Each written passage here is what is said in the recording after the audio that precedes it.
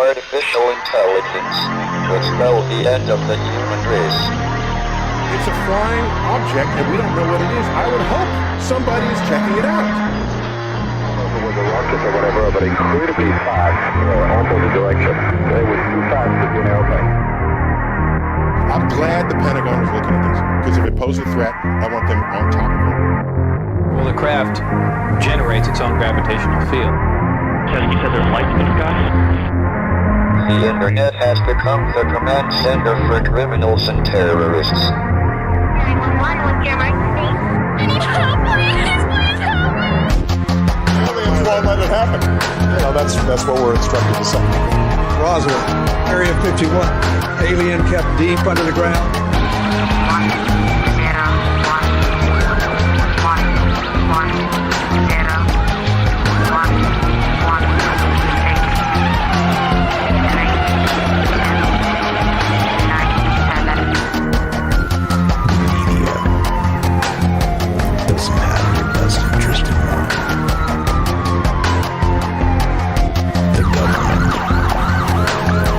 self-serving. You're here for a reason. You're listening to Troubled Minds Radio.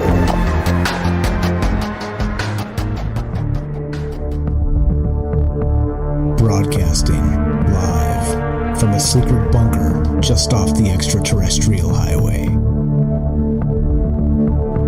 Somewhere in the desert sands outside of Las Vegas. From somewhere in space-time, loosely labeled Generation X on planet Earth.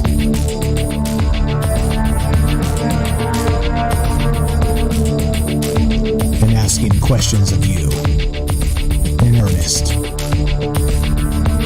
into the digital darkness.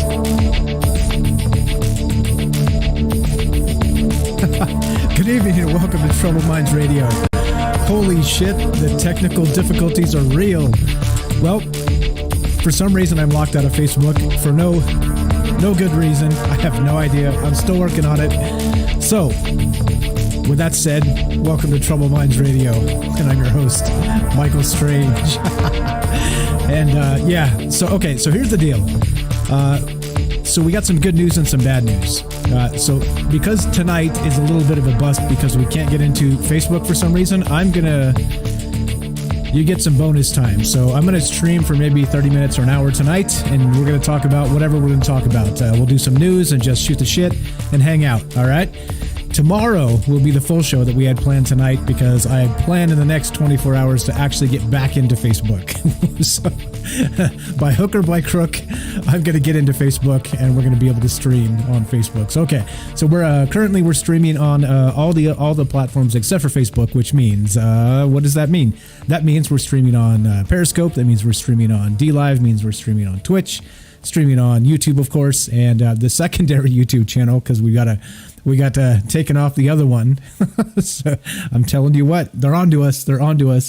Appreciate it. Okay, so I'm looking at some chat. We got some people here, but yeah, that's what's going on tonight. A little bit weird because we don't have Facebook, so we're gonna just kind of kick it. We're gonna talk about whatever.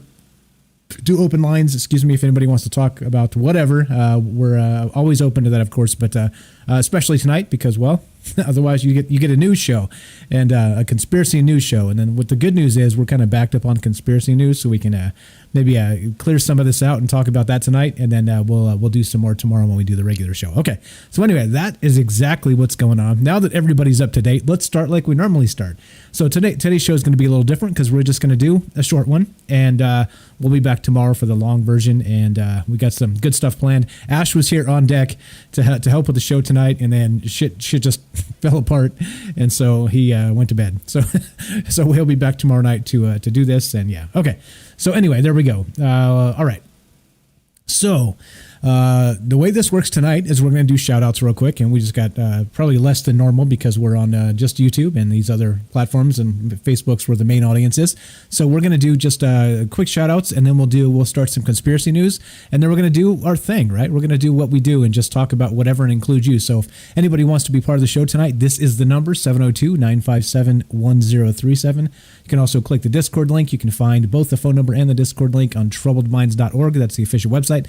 And also, we're always streaming on troubledminds.org. So if you can't find us and you're not sure what the hell happened, just go to the show or the page, the website there, troubledminds.org, and you should be able to find the live show right there on the front page. So yeah, well, what can you do? Okay, let's do quick shout outs, and then we'll talk about some conspiracy news. Like I said, this is bonus time. You guys are going to get the show tomorrow, the regular long form show. Today, we're going to do a shorter version because I don't want to blow through all this material and have Ash go, what the fuck, man? I was supposed to help. Okay, so here we go. First on YouTube gets Eli. What's up, Eli? Thanks for showing up. We get Fred with a close second. Eddie from Las Vegas. What's up, my man? Thanks for being here. Close third. And then we got School Days Gone By. New platform for me as for watching a live. All right. Sound is good. Thanks. School Days Gone By. Thanks for showing up, visiting us for a live one. Technical difficulties per usual, but hey, we'll get through it. And School Days Gone By is Kurt checking in from Wapak, Ohio. I don't know how to say that. We're going to say Kurt from Ohio. There you go. I know how to say those two things. Let's see. Who else do we got? We got Crematory Devoid. What's up? So I have never made a YouTube channel, but it says I have to for chat. So here's my old screen name. Now the government has more claws than me. Well, congratulations. You are now on the list with the rest of us. And yeah, what can you do? Let's see. Fred says going to be an early night for me. That's all right. An early night for all of us. And there we go. School Days Gone By says I shared the link over in Discord for you, Mike. Thank you. Appreciate that. And let's see. I think that squares us up with whatever's going on. And let's see. Thank you. I appreciate that. I see you there, Tank. Thanks for the share. And yeah. All right. Okay, let's get into some conspiracy news, because why the hell not, right? That's why we're here after all. So, all right. So again, if you're just joining us, I know people are kind of trickling in from Discord there. If tonight is going to be kind of a shorter show, it's bonus time basically. We're going to talk conspiracy news, and then we're going to do the full show tomorrow because I can't get into Facebook tonight for some bizarre ass reason. I can't explain to you why. I don't think I'm banned, so that's the good news. The bad news is whatever the bad news is. Okay, here we go. Let's start with some of this. Let's start with this. Okay, this is from Forbes.com, and Google Chrome update gets serious. I don't know if you guys have been following this, but this has been going on for the last week or ish, something like that. Google Chrome update gets serious. Homeland Security confirms attacks underway. And so if anybody uses Google Chrome out there, it's probably wise to update the shit out of it or not use it at all. Here we go. Within the space of just 3 short weeks, Google has patched no less than 5 potentially dangerous vulnerabilities in the Chrome web browser. Look at that. 3 weeks, 5 potentially dangerous vulnerabilities. They are not your common vulnerabilities either, but rather ones known as 0 days, right? A 0 day being a vulnerability that is being actively exploited by attackers while remaining unknown to the vendor or threat intelligence outfits. Yes. Yeah. Once the vendor becomes aware of the security flaw, day 0, it can start to mitigate against exploitation, but not before. The attackers, therefore, have a head start. Yeah. So if anybody's using Chrome, if you haven't been following this is some crazy shit, right? This is the world we live in. This is hack this, hack that, hack the other thing, and this just happens to be your Google Chrome this time. So in case you're using Google Chrome or not, well, now you know. Now you know. We'll read a little bit more of this as we read some chat here. Let's see. What else do we got? Hey, you. Michigan going back to a partial lockdown. Not excited. What's up, Hey, you? Thanks for being here tonight. Hey, you from Michigan. Yeah, you're not the only one. We got locked down in Nevada, and yeah, so it's back to whatever it was. What, March, April? I think probably the middle of March, and was when we had the initial lockdown, and we're back in the exact same thing. They're like, well, don't go out, don't do this, don't do that, right? Don't touch your toes, do not pass go, do not collect $200, and here we are. Yeah, I guess the only thing we can do is wait in line at a Walmart because it's essential. Oh boy. Okay, let's see. What else do we got? let's see. Feel your pain, man. South of you in Ohio, our goblin governor put us in curfew mode, and that's pretty much it. That's pretty much what's going on again, right? And remember, now this is the thing. Now this is the craziest thing. Now just to get off the Google Chrome for just a sec, let's talk about what you guys are talking about. Let's talk about lockdowns. And now regarding the lockdowns, didn't they tell us initially? Now this is part of the problem with government, right? And part of the problem with taking orders from the powers that be, from elected officials that really have no damn idea what's going on. You guys know this. It's the obvious, but I'm going to state it.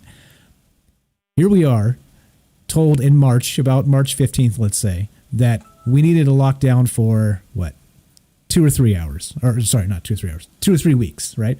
I think 4 to 6 weeks was probably the time frame that they said. And what would they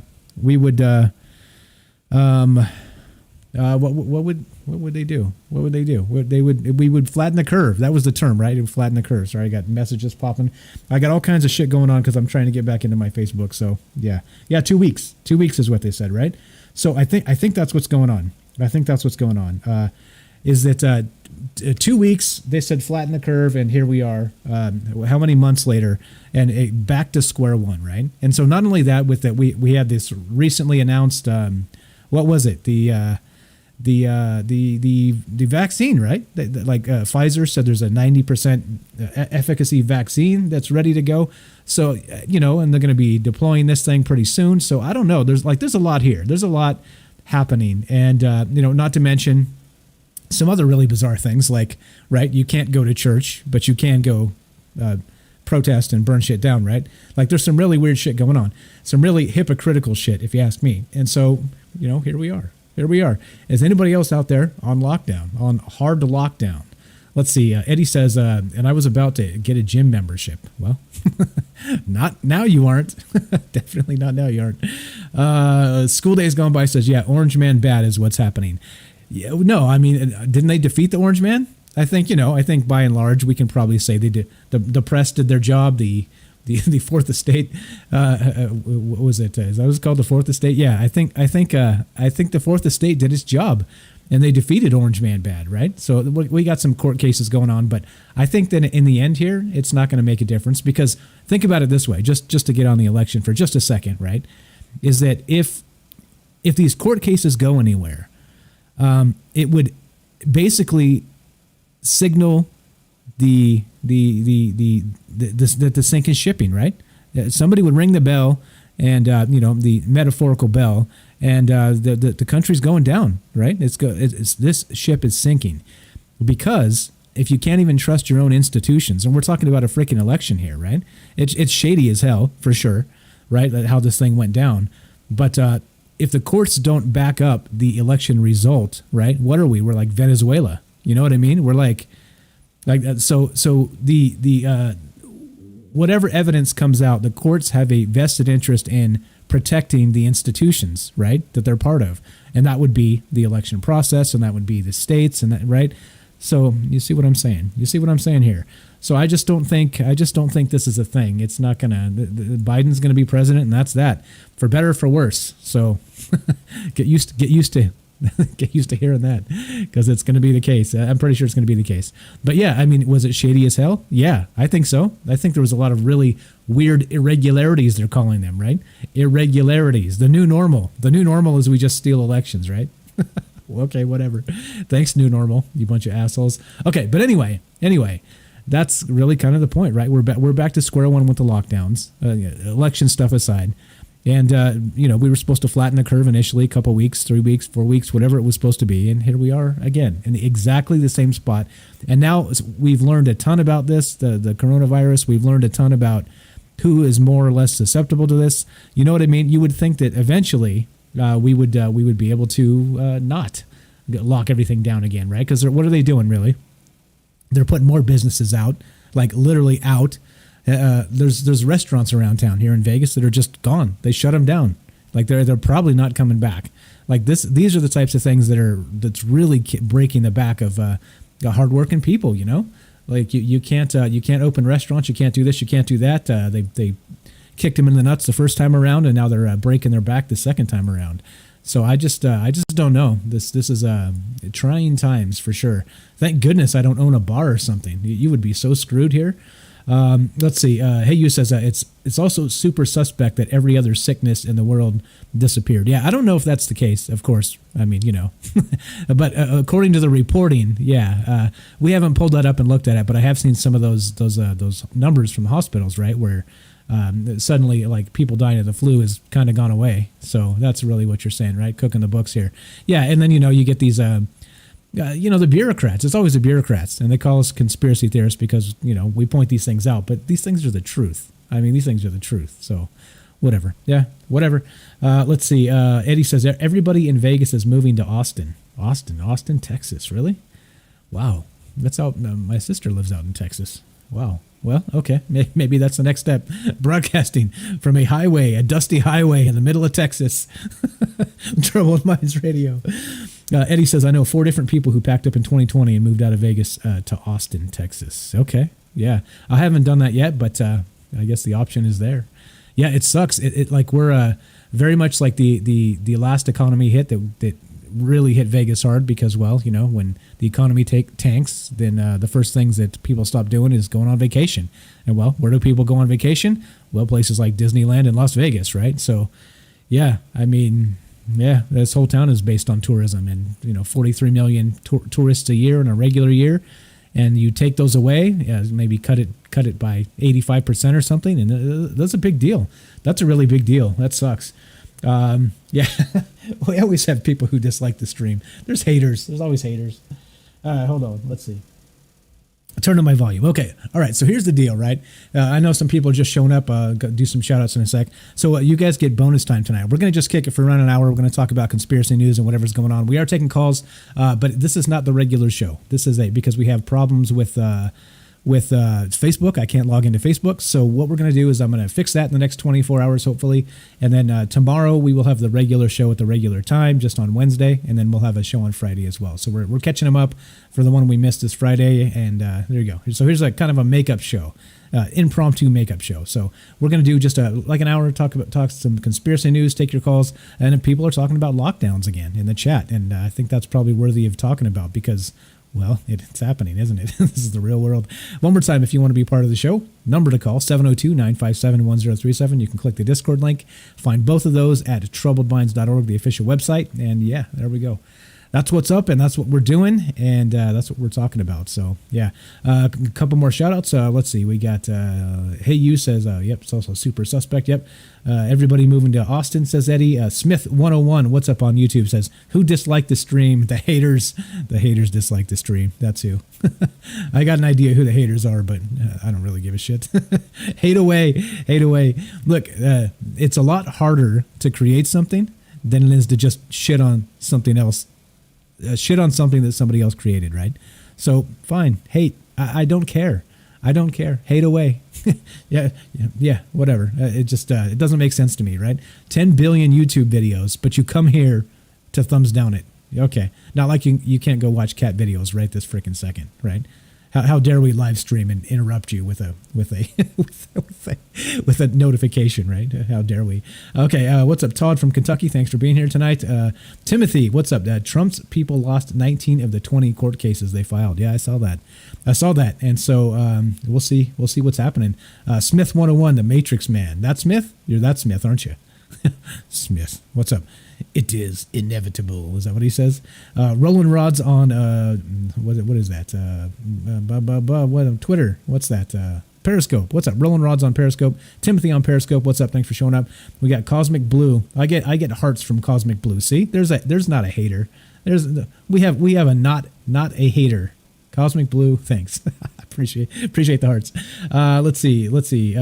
Eddie says, I think it's because Texas is loose with their lockdown rules and people are tired of it.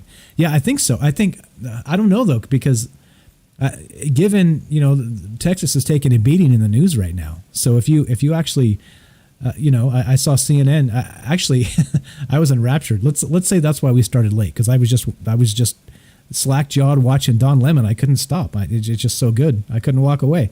No, but just kidding. But they were shit. They were definitely CNN was on a little bit earlier. here, because again, I like to roll through the news stations to see what they're talking about, because of course, if they're talking about it, that's not what we should be thinking about. We should be looking into some other things. But yeah, they were shitting on Texas. They were shitting on Ted Cruz. They were talking about all the new cases and all the rest of the stuff. So yeah, there's some dirty things going on for sure. Let's see. Hey, you says the casinos are allowed to stay open in Michigan though, because they fall under some weird law where the gaming commission is in another state. Yeah, that doesn't surprise me. That doesn't surprise me at all. Yeah, that's what was going on here. So in Nevada, oddly enough, like they opened up the casinos, right? The first time when they shut everything down, they opened the casinos, but so you could go to a casino, right? But you couldn't go to church still. That was going on. Yeah, and again, right? So I don't go to church myself. That's no secret, right? But it's we shouldn't be picking and choosing, right? Like you can go wait in line at a Walmart because it's essential, but you can't go wait in line at a mom and pop, right? To buy whatever, mom and pop grocery stores. There's independent stores, like where do you think Walmart came from? It started somewhere as an independent, right? Before anybody knew what a Walmart was. And yeah, like we're just breaking the backs of these poor people, these poor folks that are running these businesses. It's awful. This is awful. Okay, so anyway, again, we're just kind of kicking it, shooting the shit tonight because can't get into Facebook. So this is kind of a bonus stream. We'll do like an hour tonight, and then we'll do tomorrow at about the same time, 8 o'clock, and hopefully we'll be back into Facebook because, well, who knows? Maybe I'm banned forever. Who the fuck knows? Really, I don't know. But for now, it seems like I can't get into Facebook, and that's that. So we're going to do it this way, and then hope 24 hours and some elbow grease and some threats, some cheeky wink and smile threats, will get us in. Of course, I don't mean real threats. So everybody chill, everybody relax. Let's see. Smith 101 says 60 subscribers. Woo, woo, woo. Yeah, thanks. Thank you. Yeah, please subscribe. This is the secondary channel, guys. So the other channel, if we can't stream on that, because, because they're shutting it down. Look at it. They're just shutting us down everywhere. Eventually, now here's the deal. If you guys really want to find out, okay, if we got shut down on every platform today, you know where you could find us? You could find us on Discord because we can stream directly on Discord. I figured it out. We can do it exactly like we do it here. We just have everybody jump into a voice channel and we just do the show. And you would be able to, I would be able to stream the OBS and the graphics and everything you guys are used to seeing. It would be no different. You could see all this cool stuff that's happening, right? It would be no different, except it would be in Discord. So if you're worried about, and I'm not saying I'm worried, but I am saying that we've had trouble recently because, trouble the minds, but we've had trouble with the technocrats, the technocracy, right? For one reason or another. I don't know exactly what those reasons are, other than we talk about things that are kind of off the beaten path, not sanctioned by the, the powers that be, et cetera, so on. So who knows? Maybe we've become a target. I don't know. Again, join the Discord. If you have not joined the Discord, that's where we'll end up. We'll end up streaming on Discord, and yeah, that's where this will go. So if you're wondering where the underground club is, that's where it is. That's where we're going to be doing the illegal things. Like I always say, right? It's not illegal to talk about these things yet. But as they trim down more and more of the platforms we can stream on, yeah, there you go. So join the Discord, please, if you have not, troubledminds.org. Link is right on top. Just click join the Discord and you're in. Let's see. What else do we got? Let's see. Eddie says, I'll jump in the queue and BS for a bit. Just give me a few. Yeah, sweet. That would be fantastic. And all right, Cosmic. What's up, Cosmic? Yay. Yay. 60 subscribers. Subscribe to that second channel if you have not. Join the Discord if you have not, please.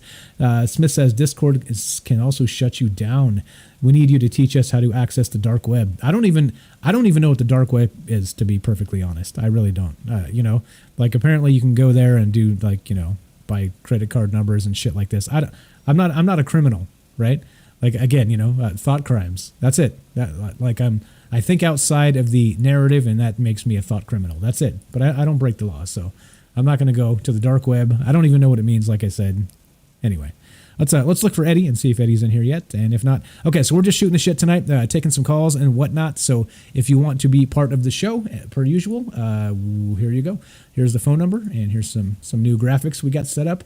702-957-1037 is the phone number. Join the Discord, troubleminds.org, and also join the Discord anyway, because again, if we end up banned on every platform, we'll be streaming in Discord, and then after that, I'll be on the corner in Vegas somewhere, just shouting, just shouting the shows out into the open air. So I'll have to give you guys the address of which corner and what time it starts. But that's where we're at, right? That's kind of where we're at. A little bit dark winter, which actually is going to be the show tomorrow. We're going to talk about the dark winter. Winter is coming. Okay, so let's go back to what are we looking at? Yeah, see. One problem after another. Always one problem after another. All right, let's see. What do we got here? Back to Chrome. Okay. So we were talking about Chrome. So let's do this. We got Eddie going to jump on for a sec. Here we go. There's that new graphic I was talking about. So Google Chrome, again, update this, guys, or stop using it for a little bit. Like if there's actual tons of 0-day exploits or security flaws, whatever they call them right now, just don't use Google Chrome, And I'm not saying don't use it forever. I'm saying, keep an eye on the news, and like this is the type of shit where they get you, right? They slide in some spyware, and then the Russians are in, the Chinese are in, and then what? Then they're on to you. They're on to you. What's up, Fred? Have a good night, my man. Thanks for showing up tonight. Let's see. Okay. All right. So yeah, stop using Chrome, guys, for now, for the time being, because it's serious business. The Homeland Security is saying that 0-day Chrome flaws, it's been a lot in several weeks here. What was it? What was the number again? It was 3, or no, in the span of 3 short weeks, Google has patched no less than 5 potentially dangerous vulnerabilities. So yeah, there's that. Okay. All right. Let's see. Let's go to the next one here. What do we have? There's your phone number. Let's go to this one. Speaking of COVID and the rest of this business, whatever the hell's really going on here. This is from Snopes, right? Many of you probably saw this and saw that Ticketmaster is supposedly going to require event attendees to provide proof of a negative COVID-19 test to see a concert, right? So you get the sweet tickets to go see, I don't know, let's say, who's still touring? I don't even know if anybody's still. I think they've probably shut all that down too. But okay, when it comes back and you get your hot Hanson tickets, or your the Backstreet Boy reunion, whatever's going on, right? Whatever's happening with this, whatever you're into, and you go to buy your tickets. The media reports have said that Ticketmaster will require event attendees to provide proof of a negative COVID-19 test, all right?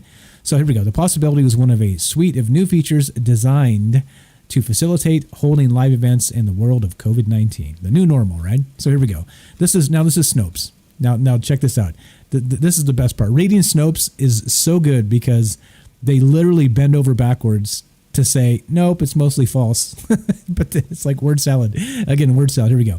Yeah, the claim is this. In November 2020, Ticketmaster announced that it planned to require event attendees to verify that they have tested negative for the novel coronavirus within a 72-hour time frame, right? All right. Mostly false, right? Mostly false. What is true? In November 2020, Ticketmaster proposed new safety measures that would help facilitate the reopening of live events. Event organizers would be responsible for choosing which protocols to implement, among them requiring proof of a negative COVID-19 test. Now, okay, now that's true. So how is it mostly false? How is it mostly false? Here we go. It says, what's false? Under the proposal, Ticketmaster itself would not require event attendees to provide test results or proof of vaccination. All right, so they basically just took one thing out, right? So in the thing here, basically they negated that word, Ticketmaster, right? Will somebody require event attendees to provide proof of a negative COVID-19 test?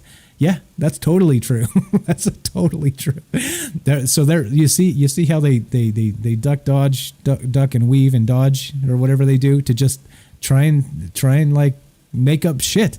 Like this is real. This is a real consideration, and they're saying that no, Ticketmaster didn't do this. They're working with event coordinators and organizers, and they're the ones that are going to do this. You see, I tell you what, mostly false. What's up, Snopes? Mostly false. Let's see. Yeah, mostly false. Yeah. What's true? In November 2020, Ticketmaster proposed new safety measures that would help facilitate. So Ticketmaster proposed these, and event organizers would be responsible for choosing which protocols. Okay, mostly false. Yeah. Fuck off, Snopes. You're a liar. You're a liar. You're a dirty liar, and you know it. and you know it. Yeah. Okay. What's up, Cosmic? Good night. Thanks for showing up in the queue. What's up? What's up? What's up, Blondie 9000 on Twitch? Yeah, mostly true. Exactly. It's mostly true. Lion piece is garbage. Okay. Here we go. We're gonna go with Eddie in Las Vegas, and then yeah, let's do it. Eddie in Las Vegas. What's happening, my man? How are you tonight? Hey, you hear me? I hear you just fine. You hear me? Everything good? Beautiful. Everything's good, man. How are you? Doing well. Doing well. Other than, you know, the technocrats cracking down and, you know, the dark winter on the way and lockdowns on us again. And it's dark at night before I can even really realize the sun went down. Yeah, you know, the dark winter has arrived. How about you, my man? Not bad. Not bad. You know, I mean, myself, I've been the lucky in the lucky group to be considered essential through all of this. So I've seen a lot of my friends lose their jobs, and you know, I have family that are in the restaurant business and own restaurants. We're barely hanging on through this, you know, and still are, I guess, you know, going back. I guess we're going backwards a little bit. I thought we were going forward. But this is scary stuff, man. Yeah. And so go ahead. Carry on. Yeah, see, in the business I work for a veterinary hospital. So you're considered here at least here in Las Vegas. I'm pretty sure all over the country that was considered essential. And I've seen a lot of people like upset, like, you know, we like a lot of different business had to instill a curbside service you know, approach to doing things. And that's, you know, imagine taking your dog to the vet and you have to sit in your car and, you know, the people come out and take you inside. You don't get to go inside and all this stuff. And, you know, a lot of people were, you know, to me, it sounds amazing, you know, like you get your car, but a lot of people, you know, you see the political polarization, you know, it's turned into a political debate. And I can't tell you how many people I would hear, you know, while I'm at work doing just, you know, the job that I'm supposed to be doing, getting paid for, and here, you know, trying to provide a service, and then here we have, you know, somebody who has to, like, you know, more than any time ever before in history, I was getting like political rants from total strangers just shoved down me about, you know, this is, you know, all whatever, you know, we're all familiar with the narratives on both sides of that, you know, but it's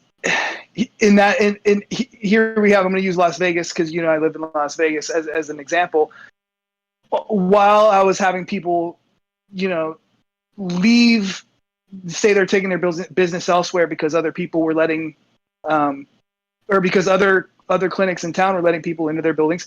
Well, in this town alone, 9 animal hospitals have had to shut down for COVID outbreaks. So we're busier than ever before. And it's because you're in tight, you know, if you've ever taken your dog to the vet, you go into a small exam room and you're speaking in close quarters with people. Now, you know, masks may or may not have, you know, the effect that, you know, there's all that debate about that. But the fact of the matter is, you cover your face, you're less likely to spread your spit everywhere, and it'll help in tight quarters, but it's not necessarily going to make a difference. And then you start to have these, you know, places shut down, and, you know, and that's devastating for a business, you know, any business. And say now you have to close.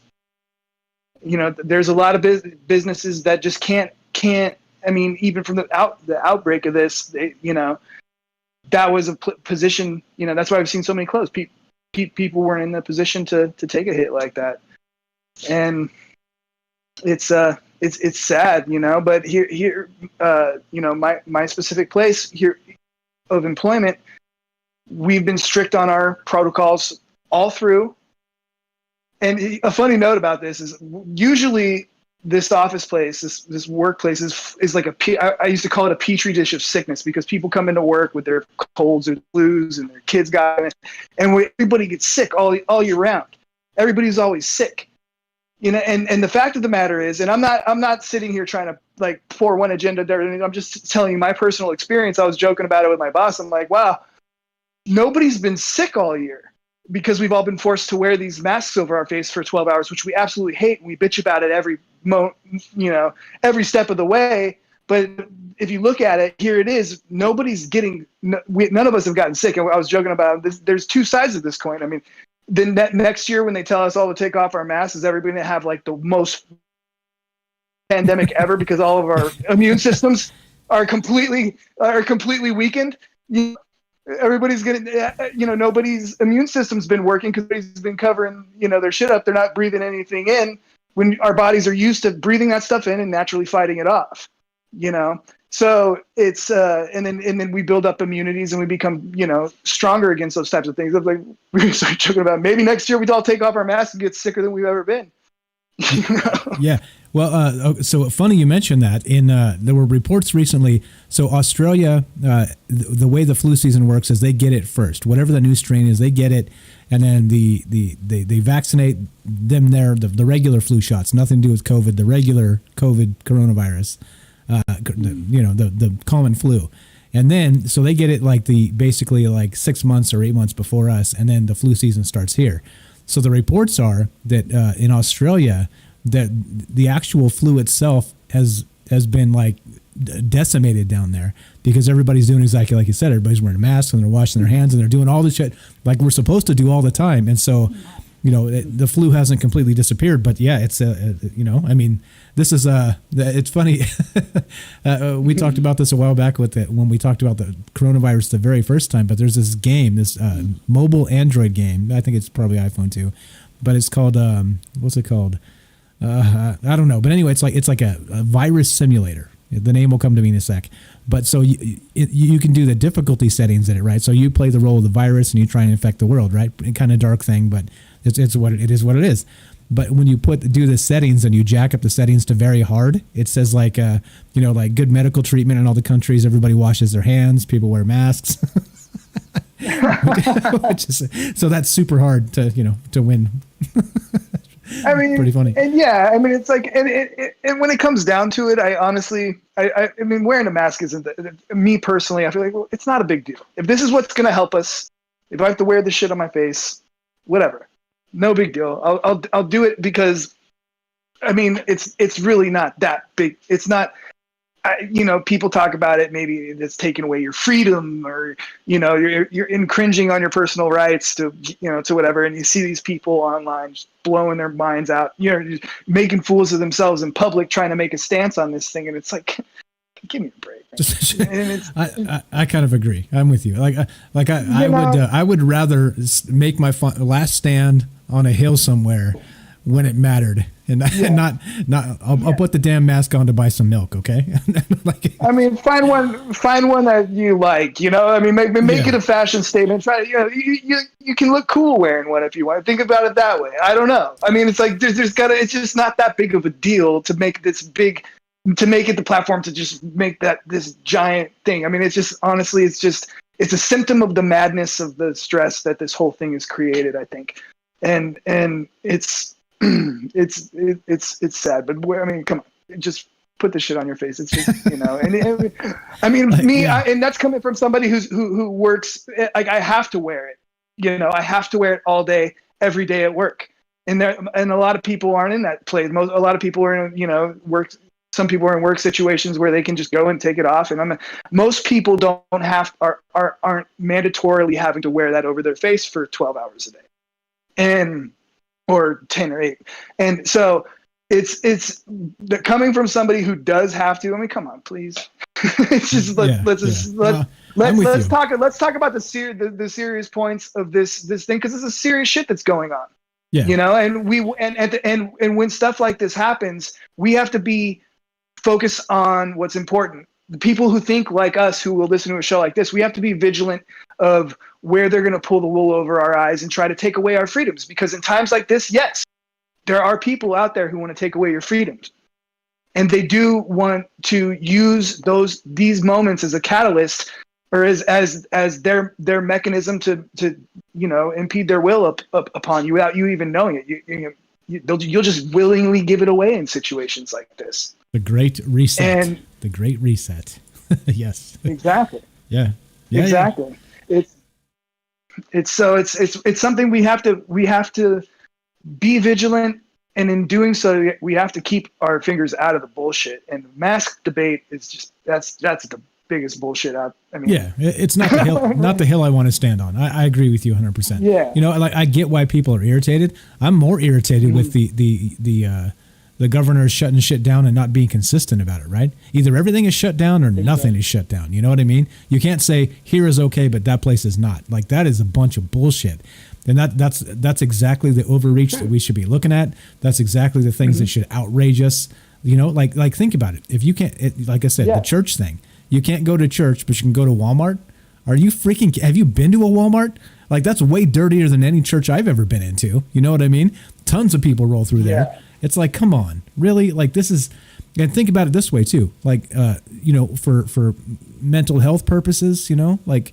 People, you know, visiting church for somebody who's religious is like it's a release, right? It's like a, you know, it's like it helps your mental health, not you know, is detrimental. And not only that, I'm not a person who goes to church. I mean, I was raised going to church, but I'm with you. I haven't been to a church in 20 years, but it's in this country. It's important to note that is one of our core values, our core rights. Yeah, you know, exactly. That's one of the First Amendment protections. The First Amendment, the first one. Yeah. That's one of your core personal, you know, rights as a citizen of this country, and it's what this country was built on. And when people start getting their, you know, their power greedy fingers into institutions like that. I mean, that's kind of funny to say power greedy fingers into institutions like church, because I have opinions about church.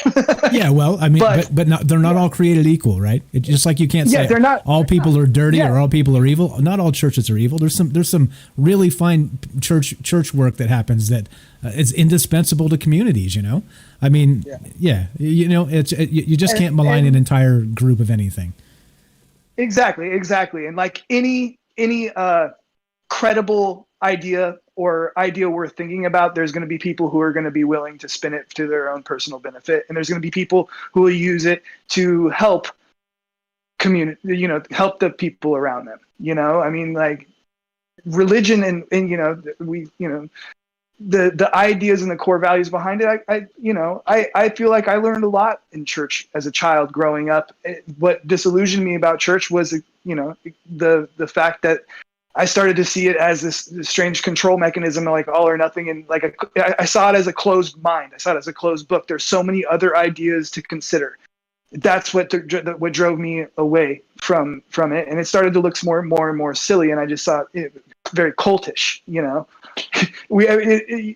that's what it seemed like to me. My personal views. Yeah, but you can't malign all of them as the same, because no, they're not. They're not. They're not. Yeah, it's a beautiful thing, and and to be able, and you know, and I've been on your show talking about, you know, my own personal spiritual evolution, and that whole transformation that happened within me, it opened my eyes to the point where, I mean, I used to consider myself a hardcore atheist, and there is a creative force in the universe, and I can tell you it with confidence, even though it's not something I can prove to you. But I will, you know, I'll sit here and tell you that there is the nature of our existence is so much more incredibly fascinating, and when you understand it, even on the minuscule level that I feel like I understand it, I feel like I've been very lucky to experience that side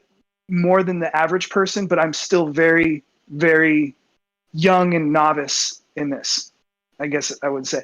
But that there is something there, and I believe that these religions, they are important and they serve a purpose, and eventually, and like here we are talking about how I see through the bullshit of what people and like those certain power hungry, greedy people have done to religion, and how they've taken it and used it. I'm not trying to discredit the true roots of where the importance of where these things come from, because I believe they carry stories and lessons, and they all carry a clue to our true existence here. And it's something that's been perverted, but it's a beautiful thing that here in this country in this time, people can sit back and pick it apart to the level of, it's not all about filling, being, a televangelist and filling auditoriums full of people and, all that kind of stuff. Tithing, taking the 22% or whatever it is. Exactly. Another tax, another big old honking tax. That's all we need. I personally believe that if I have to pay my taxes, they should too, because churches, a lot of these churches are clearly just a business. Yeah, but I mean, to me, personal religion, your religion is something that why can't people just hold their own, things out in the forest and do it like Jesus would have done it? Was he collecting money from people? I don't know. It's just I don't know either. I know he flipped over the tables of the money changers. No, you're good. We're good. We're good, man. This is as much church and an outlet to many people. So, including yourself, right? Including me. I can't talk about this stuff. Like I said, I could be shouting on the corner out, and they'd eventually call the cops and just arrest me. They'd be like, "Shut this guy up." Yeah. I find that I just got really uncomfortable about talking about church. So I'm going to do a complete and turn around right here and totally change it. No sweat. Okay. So we a few weeks back, or maybe a month or so ago, you guys were discussing the whole zoo theory, right? The zoo hypothesis. Yep. And this thought had been coming to me in my as I was sort of listening to some more Charles Fort, and I started, this dawned on me because, there's been all this talk about the, the Tic Tac UFO sightings and then it dawned on me this whole zoo hypothesis. And I was thinking, I'm in a world where we are maybe a zoo, this is we're being, sort of cultivated here how we are, and maybe that's why we have all these crazy mechanisms of power over us affecting how we behave and what we do on a daily basis. And that then it dawned on me, how do you explain UFO crashes? We have here, we're talking about supposedly or allegedly races of beings that traveled between stars that have technology that can bend gravity to move anywhere instantaneously type of shit. And then somehow, freaking these guys shot it down or what? Yeah. Well, okay. So you listen to the Tom DeLonge show, right? When we talked about that. So he was saying that it's because of our nuclear weapons. So once we were doing all those nuclear tests when in World War II, it started just swatting down UFOs out of the sky. So there was some sort of whatever was going on, like we couldn't see them in the sky. I don't buy it. That's what he was saying. That's what he was saying. He's saying. I mean, I get it, and I love you, Tom. and I like Ash's approach. I didn't get to listen to too much of it, but I do like the idea of we can't necessarily discredit Tom DeLonge just because he looks like a doofus while he's doing this shit. But and makes shit up as he goes and shares fake UFO videos and then deletes them when he gets caught. There's just a ton of shit to not like as well. So. Yeah, he does. He looks like he just, for some reason, what he's doing in the whole community, at least in the last couple of years, has been. It looks like he's that overly excited teenager who's just trying to be too. I don't know. It takes away from his credibility the way he acts like he's going to tell you something and then he's not going to tell it to you, and then he's like. Yeah, and then I can't necessarily put it into words. I'm gonna help. And then he gets close, and you're like, okay, I get it. He's getting somewhere here. And then he's like, well, I can't tell you my source, but if I told you, you would shit your pants. And you're like, fuck off. Whatever. Right. Yeah. Right. Yeah. I mean, and maybe this is. I think there's the possibility to give him credit. Here we have just a guy who's a rock star who's always been sort of interested in this stuff. And because of that, he was allowed to sort of get into it, and his whole thing was, so maybe he is somebody with information. He just doesn't know how to behave with it, somebody we're used to, hearing, like, seeing, usually maybe he has information that usually it's career military or whatever that only carries that stuff around, the CIA, whatever agency, but now maybe he is allowed into it. He just doesn't know how to behave with it.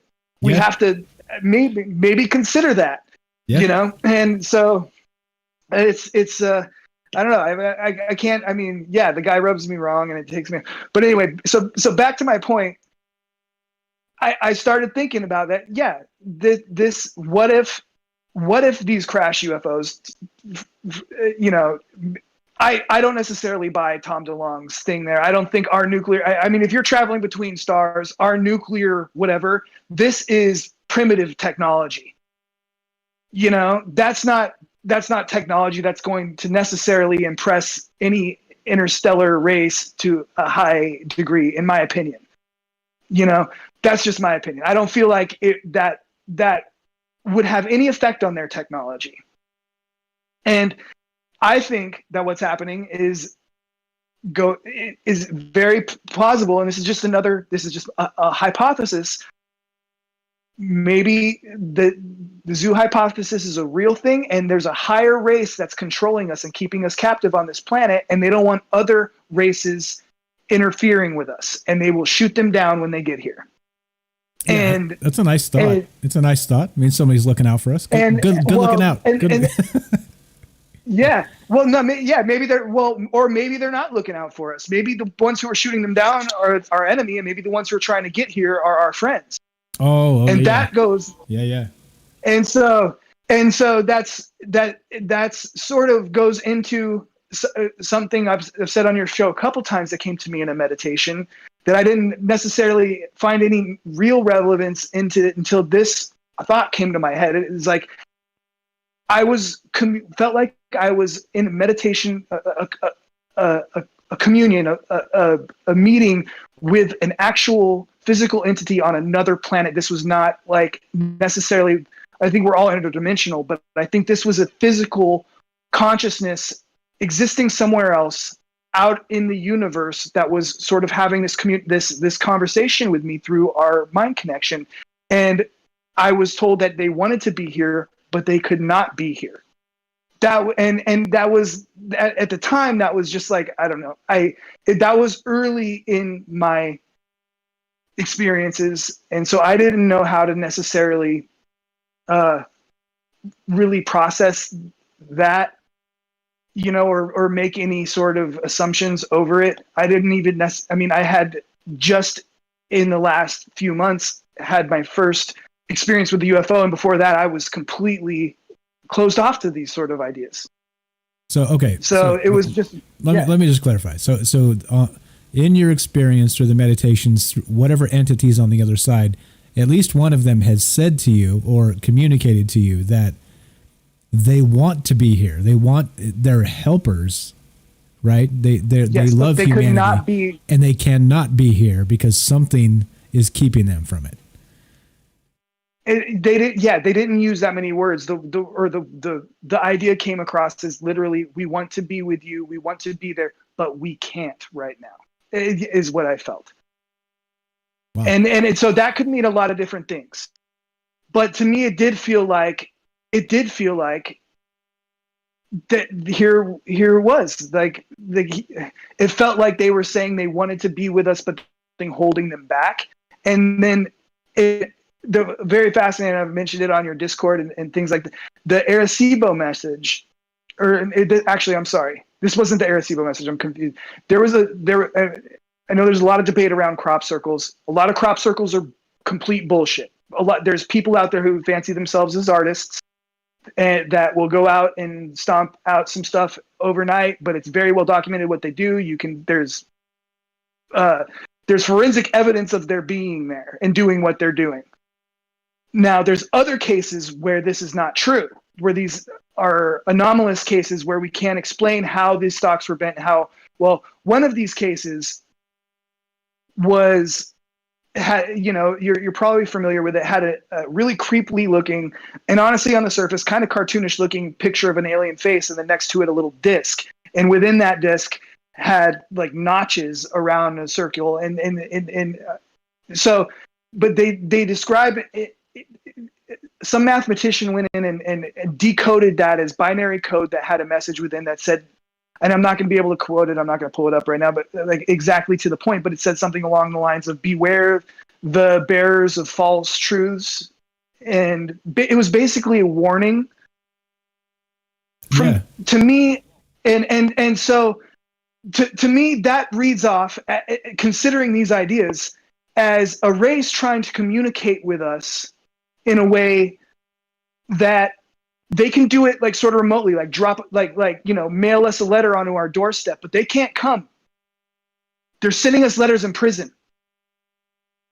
And that's it's important. So and then that goes to the Arecibo message. Here we have a case where literally, and this is one of those anomalous circles. This has, as far as I know, nobody has been able to go in and say this was created, and nobody, and it's been, I think it's been almost, it was 2001 that this showed up, so it's been almost 20 years.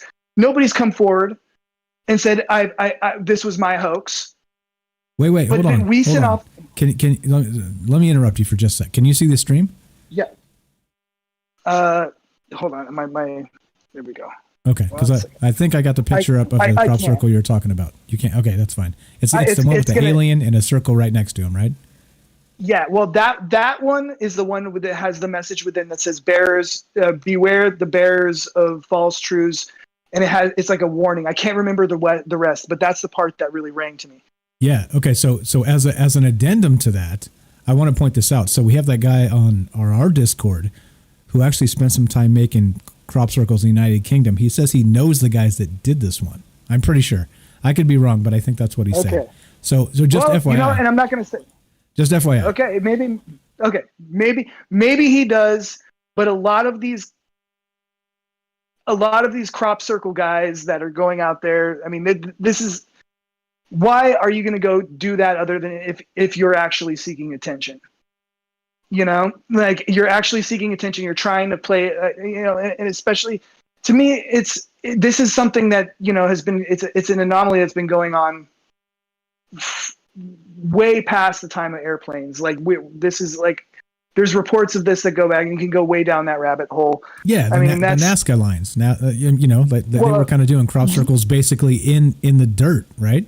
And, there was reports in like in Britain, in ancient Britain, of like this. They call it some sort of devil, the mowing devil, and they would be circles in farmers' crops, and that's their livelihood. And so it was documented that these guys were losing their crops to this random circles that would just appear, like where all their crops would just be knocked down. And so it's and I want to say I can't, like I said, I don't have it up to pull, and I didn't make any notes. I just called you on a whim. That's but right. But there's look. I encourage people to look into that, because I mean, and it's a shame in my mind, because people, as soon as these guys in Britain, these two guys came out and said, we've been creating all these crop circles. This is how we do it, and because they were.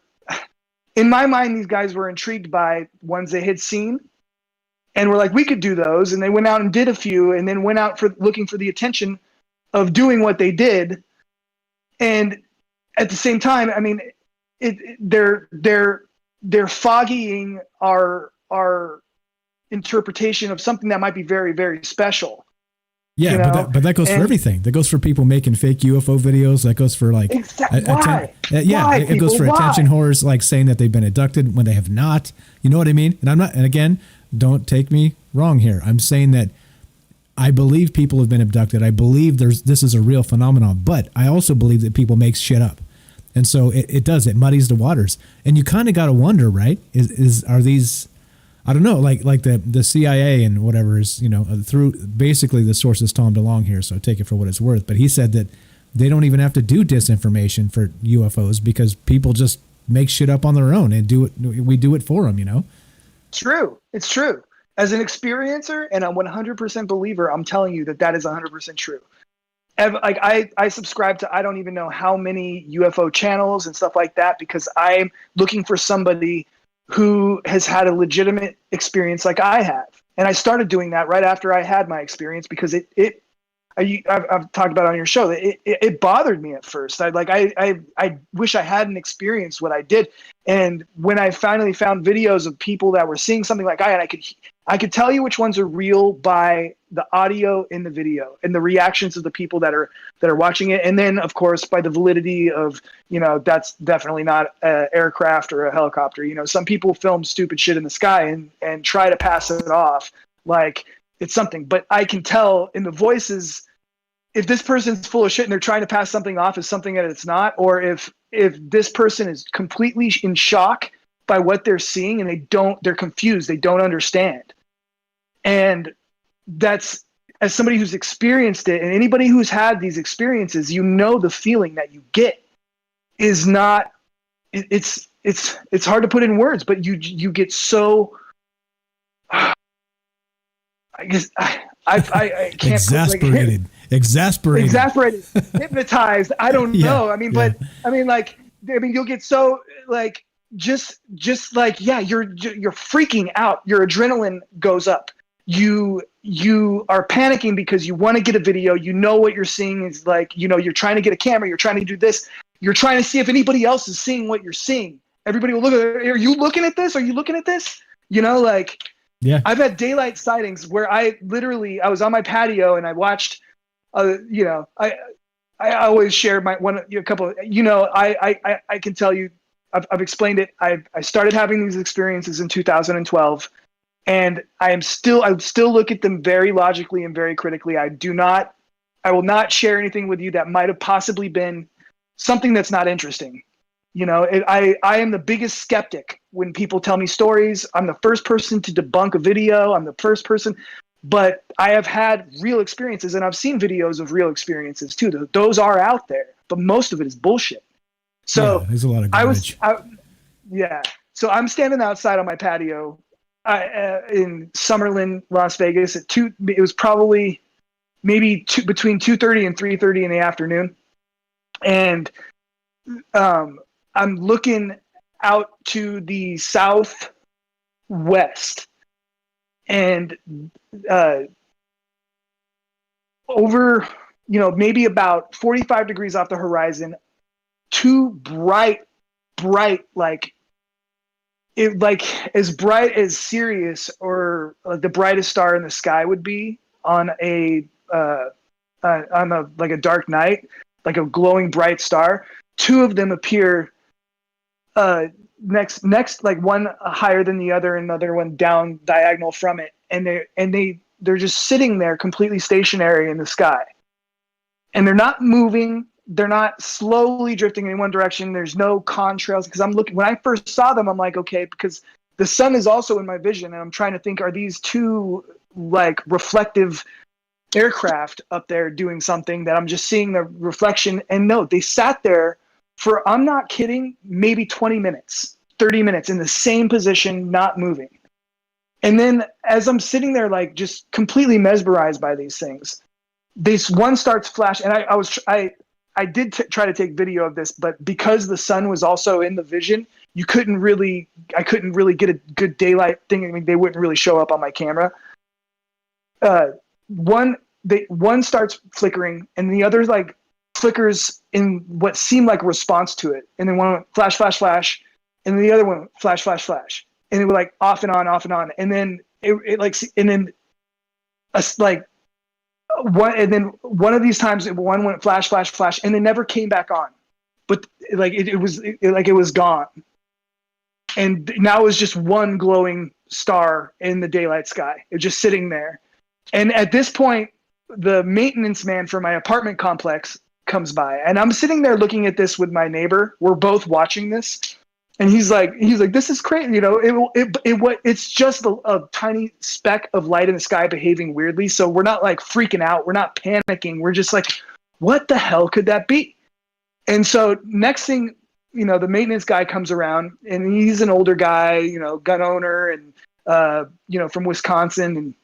And I'm like, look at this. And he's looking at it. And as we all three of us sat there and watched this thing, is still just sitting there. It's been sitting in the same spot other than flashing.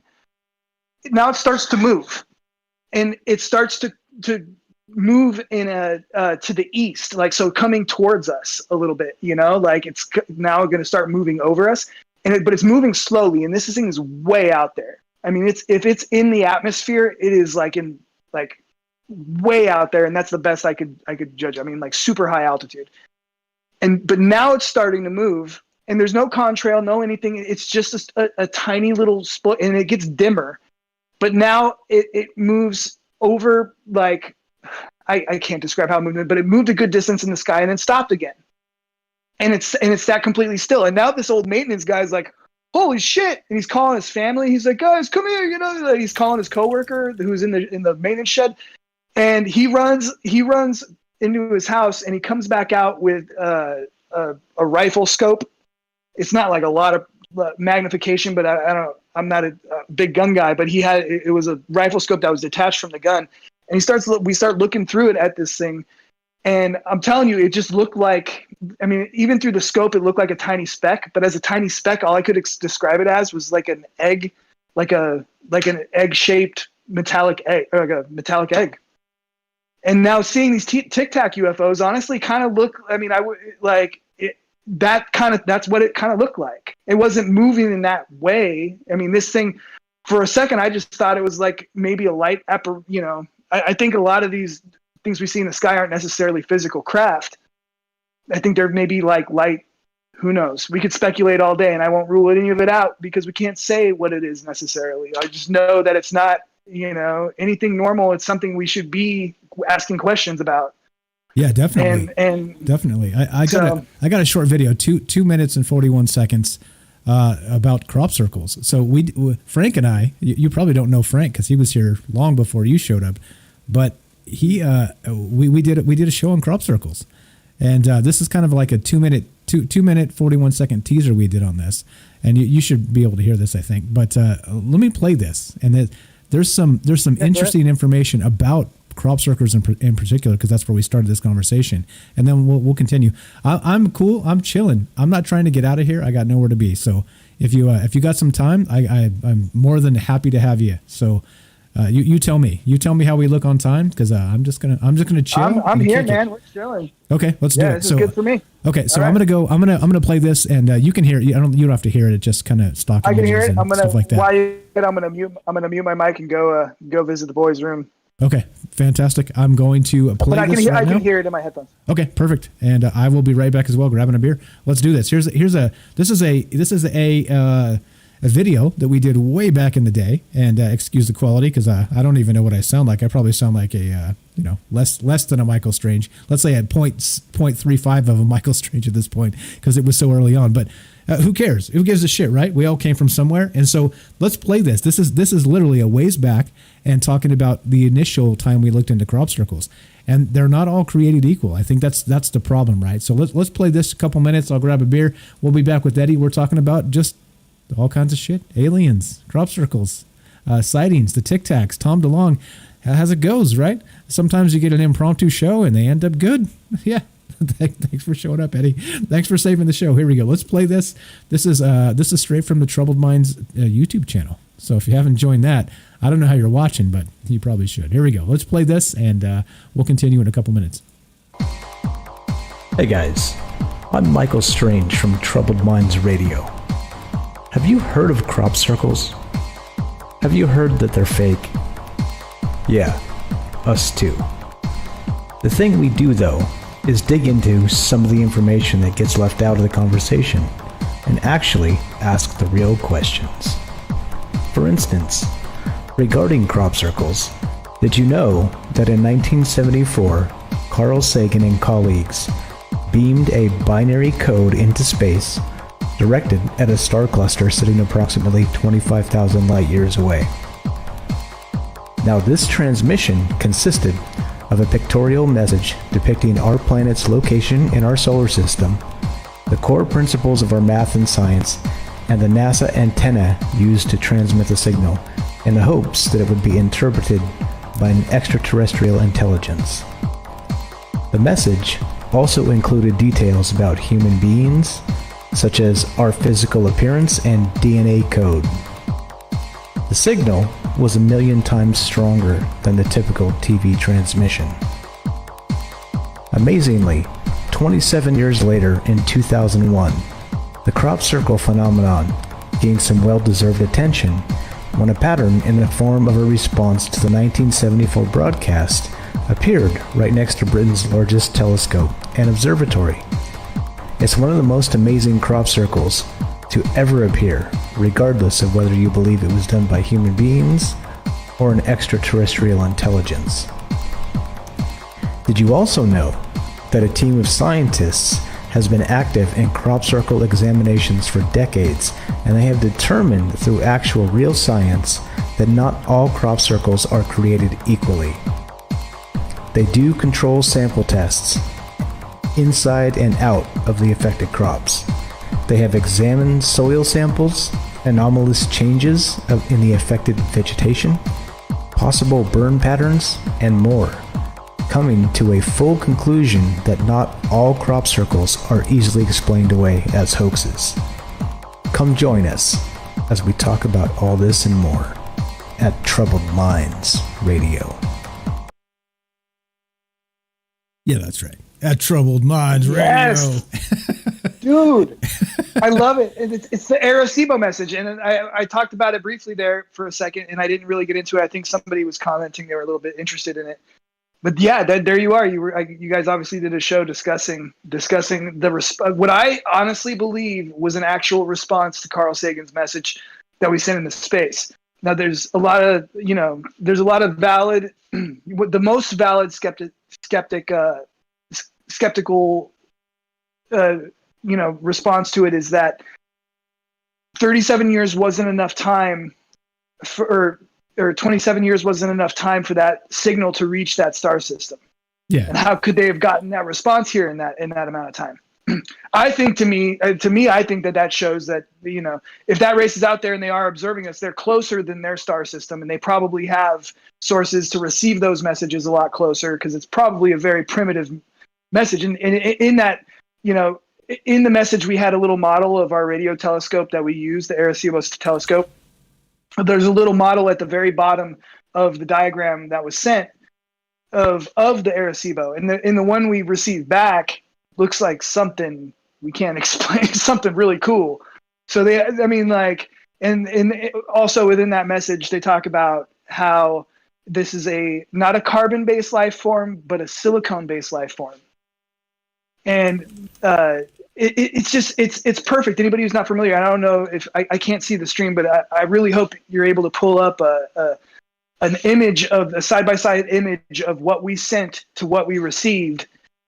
Because if you look into that, the Arecibo message, what we sent off is basically a little breakdown, a little summary of mankind and where we are, basically a map to our solar system. It shows a little map of our solar system, and they're side by side, but you see the sun and you see the planets align, and then it highlights our planet, indicating that that's the planet we live on.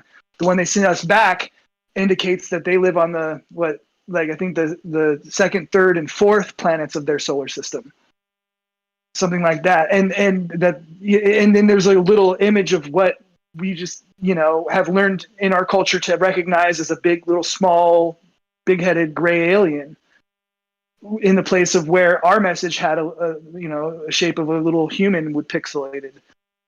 And it's crazy. Now, I mean, I would like to do research, and I would challenge anybody. I'm a busy guy. I don't get to dive into this as much as I don't get to spend as much time researching these things as I would like. But I want to see somebody do research into,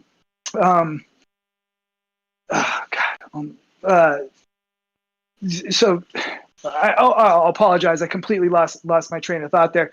I want to. We're talking about the Arecibo message and how. Anyway, I apologize. I had a really good lead up there really good lead up there to something that just completely.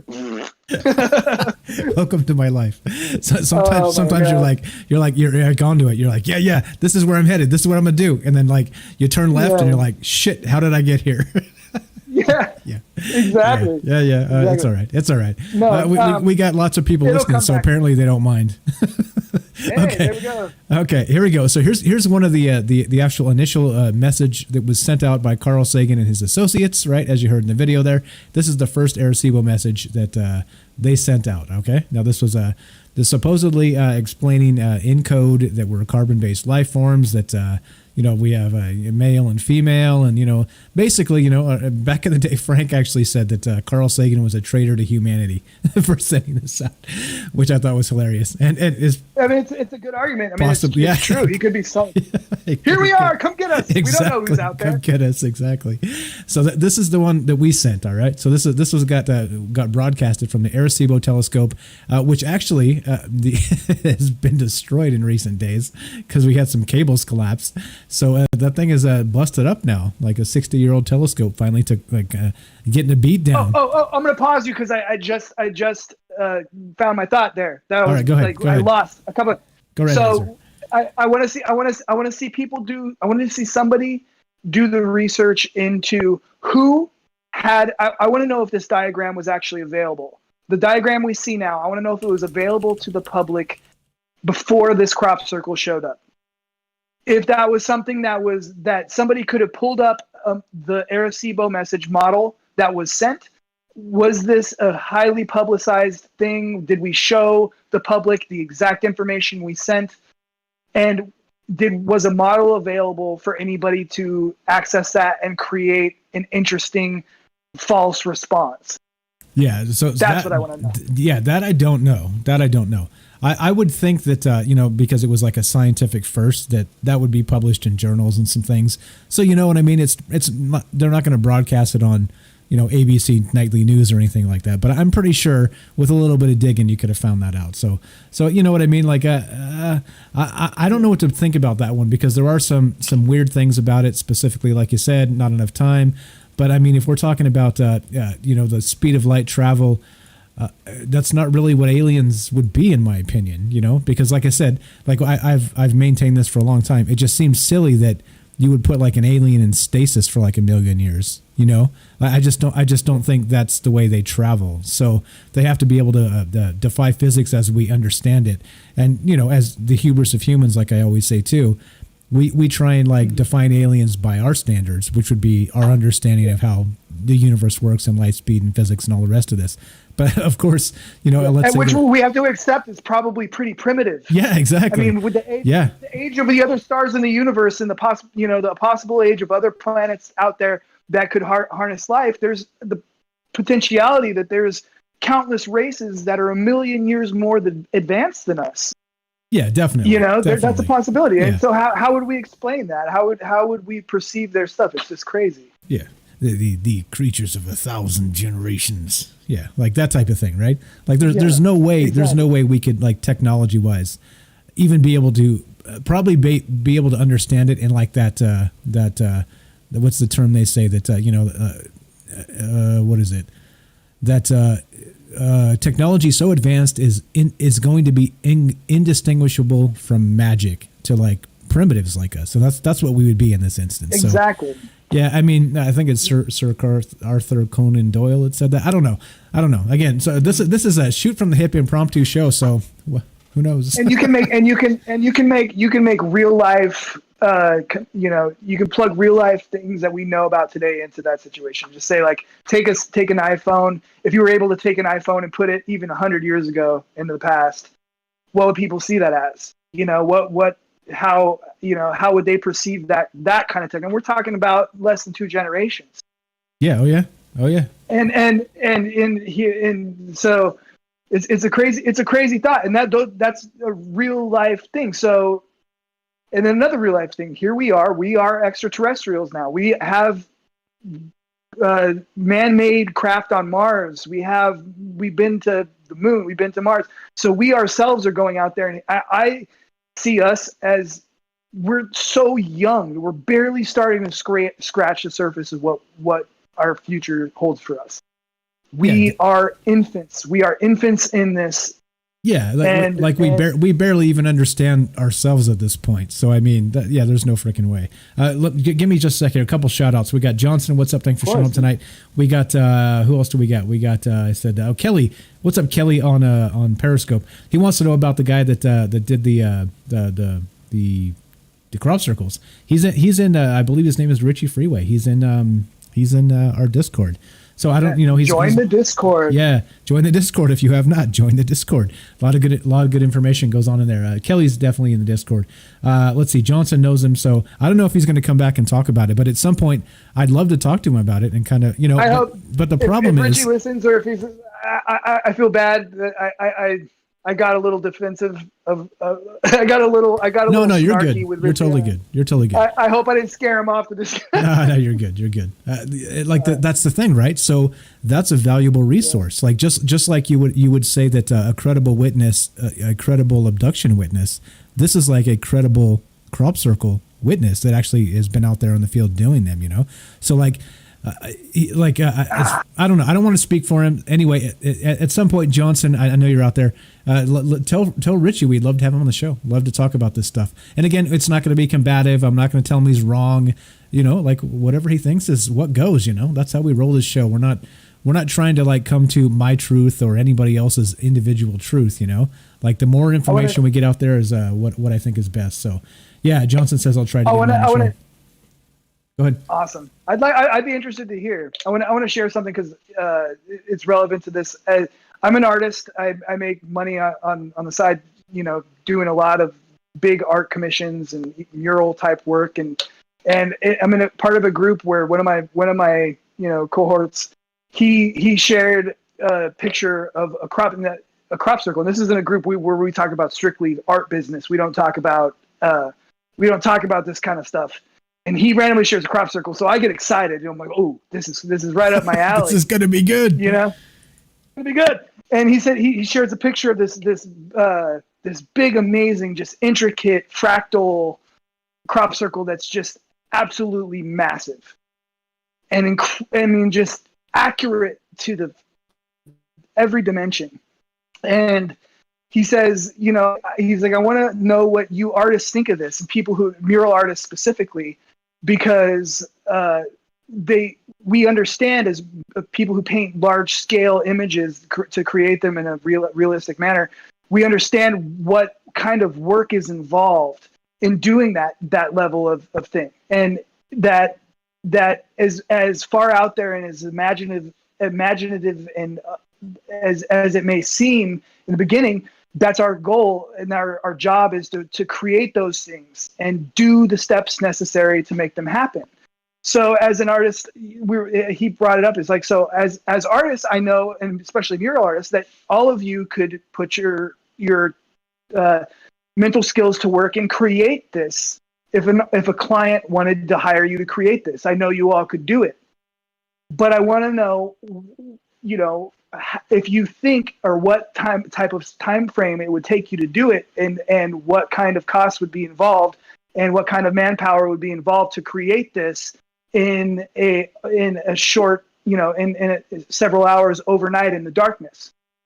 Yeah, it happens. It happens. This shit happens. But that's when they show up. And I've seen it. I've watched the videos of these guys who are artists. That's what they're doing, and that's what his name Jeffrey. Yeah. That's what they do, and they've taken out there to create a creative, use that as their creative outlet to make something big in the field, and they have their ways of doing it.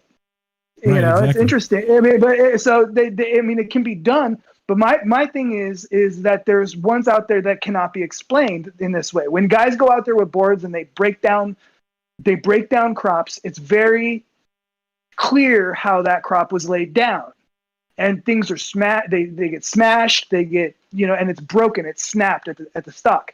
Now, some of these anomalous crop circles that show up, look into node elongation, and I'm sure you guys probably talked about it on your show before. But there's in these significant circles, what happens is somehow at the first node, which is that little knuckle in the plant just above the soil, somehow that becomes elongated without breaking necessarily in some cases, and then just to the point where it folds over.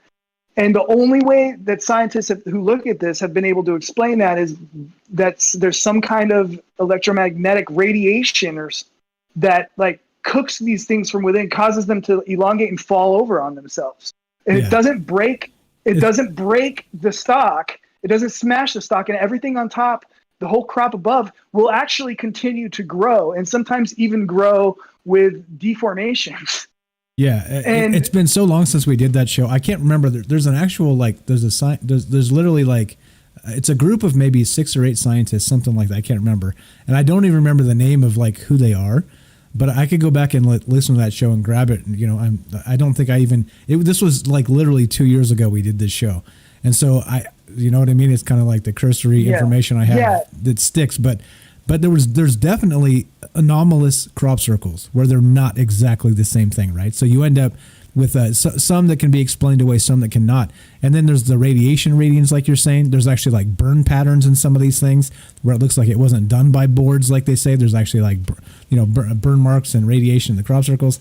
A couple more shout outs real fast. What's up, Arc Platinum? I see you on Twitch. What's up? I saw you this morning or earlier on Johnny Now on his stream. Who else? We got Kelly. What's up? We got Penny from the UK. Thanks for being here tonight. We got let's see who else. Penny. Hi, Penny. Says, what's up, Penny? Penny says I'm on my last warning on the channel. 2 strikes and I'm out. Strike 3. Let's do some baseball education for our UK friends. 2 strikes, 3 strikes, and you're out. 3 strikes and you're out. Don't get the 3rd strike. It's not good. It's not good. That's not. I mean, just sit down. Do they have strikes in cricket? That's a good question. Do they play cricket in the UK? I don't even know. Anyway, we're just I think around. that's like their thing. Is it their thing? I thought cricket was like an Indian thing. I have no idea. I don't know. I don't know. I've never played cricket. They're part of the British Empire. I don't know. I have no idea. Okay. All right. Let's see. Anybody else I'm missing? What's it? Arc Platinum. There we go. With some heart emojis. Yeah. Thanks for hanging out. Thanks for being with us tonight. Who else? Anybody else I missed real fast? What's up? Hey, you. What's up? Cosmic Blue. Yep. We're good. I think we're good. Think we're good. All right. Carry on, my good sir. Crop circles or anything else? What else you got, man? Yeah, what else you got? How you feeling? Dude. Honestly, man, I could go. I mean, I described most of my really, really significant sightings to you guys already on the show. I mean, it's. So I think that there's something. A point that I'd like to make, that I do think a lot of these anomalous objects that people see in the sky and behaving in ways that we don't understand or can't explain. I honestly believe that this planet is being visited and by light entities. Now, probably the alien. You know, they talk about all the different species of aliens that have visited the planet. You know, the guy the ex-defense minister of Canada or something came out and said there's at least 7 different races that are in contact with humans that we've been working with or that we're aware of. Is that Tony Heller? And Tony Heller, I think is his name. Yeah. So I believe that one of these races is and probably, I guess they're light beings, interdimensional light beings, and I've been seeing more and more pictures and sightings of these things, and I think they'll show up in the sky and do things in the sky. I think that that's what we saw. If anybody who's seen the Jerusalem, the Temple of Mount UFO sighting, and this was to me the first real significant UFO sighting that on video that I found online that was valid or credible, not only because it looked a lot like what I had seen personally, and that's what struck me at first and what drew me into the video. It looked exactly like what I had seen, but that this was caught on video by 4 different people or several different people from several different vantage points during this festival that happened of the Dome of the Rock in Jerusalem. And anybody who's not familiar with it, look it up, Dome of the Rock UFO sighting. And I've seen some bogus bullshit come out around, some recreations of that because it was such a significant incident that happened, and that all those videos, really struck home for a lot of people. I think that, of course, it's going to get a lot of crap surrounding it. Anyway, I mean, you have this orb. You don't have to look it up. You don't have to look it up. I'm playing it right now. As you were speaking, I was already playing it. I got it on loop. This is a short video. It's like 2 minutes. I'm going to just go back to the beginning here. But yeah, so like we have this thing kind of floating out there over the Temple Mount, Dome of the Rock, this whole business. And this thing just like it's floating out there and then it just shoots up into the sky. And again, this isn't the only video. There's many more. But I'll keep playing this. So yeah, we have it on the screen. Go ahead. Go ahead. One of the vantage points that you'll see is the person goes up or after the thing shoots, it puts up a couple flashes around it, and then it just bolts up at like speeds that defy physics. And then there's like sparkling swirl of flashing stars spinning in the sky above it that you can barely make out in one of the videos, but that's actually happening. So I think that years ago, I used to watch a compilation that had 3 in a row, that had the first one and then a closer one. And then the last one that was caught, that was even closer. And in that one, you look at it and you can't even, it should be at a point at a range where you'd be able to tell if this was a physical craft or just some sort of thing. And it is just insanely glowing and fluid and moving. Like it's not solid or physical. It's just a plasm of light, it almost appears like. Yeah, this is a good one. This is a good one. Kelly says this is one of the best videos in a long time. I agree. Because again, like you said, there's different vantage points. So we have tons of witnesses. And if you were faking this, right, you'd have to fake every one of these damn videos from all these damn people. And it didn't go down like that. It just didn't go down like that. So there's some real. There's some shit going on here. Yeah, for sure. And to me, I think that that entity, I believe that what's above that is not necessarily a craft. I think that that's an entity. And I believe that those entities, those extraterrestrials, are what the reports of the Russian cosmonauts who saw these winged beings, these humanoid winged beings outside their spacecraft for an extended period of time, several of them, that were massive and huge and glowing and bright. These astronauts all had this collective hallucination, apparently, according to the official explanation. These highly trained individuals who are no strangers to being put under those kind of atmospheric situations, all of a sudden experience all the same group hallucination of these luminous beings outside in the vacuum of space, floating around their craft. Wait. You did it. We got to do it.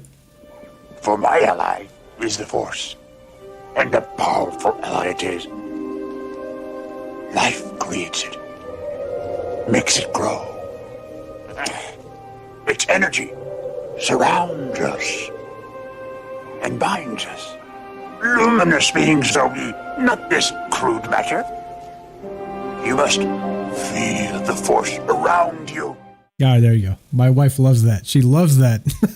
It's so good. I love it too. And honestly, I'll tell you, I love Star Wars, and for some reason that never clicked with me. I mean, I enjoyed most of my Star Wars before my experiences, so I never really. Yeah, it's one of those lines that kind of slips by. It's probably one of the most like what would you call it, like poignant lines in the entire like trilogy, the original trilogy. It truly is. And nobody ever talks about it, but I mean that's literally like talking about the consciousness of people, about the consciousness of and possibility of interdimensional aliens, and their whole bit, right? It's all there. It's all there. And things don't resonate with us unless they're somehow relevant. And I think that the idea, the whole idea and concept in Lucas's Star Wars of the Force is people, for some reason, it resonates with us. It resonates to a point where it's so relevant, and we can almost. I mean, every little boy in the world has sat there and imagined how he has tried to use the Force and move and it. Girl. And believe you have it. And girl. Yeah, and girl. I'm sorry. You're right. There's girl Jedis now. There's girl Jedis now. There are. I'm sorry. You're good. You're good, man. That's why you got me. I'm here to make sure everything's kosher. I'm here to make sure everybody's happy. I'm not used to talking on a large platform, and I'm very, No, you're good. You're good. Yeah. You're good, man. You're good. We came from a time when you left out the girls. We don't do that anymore.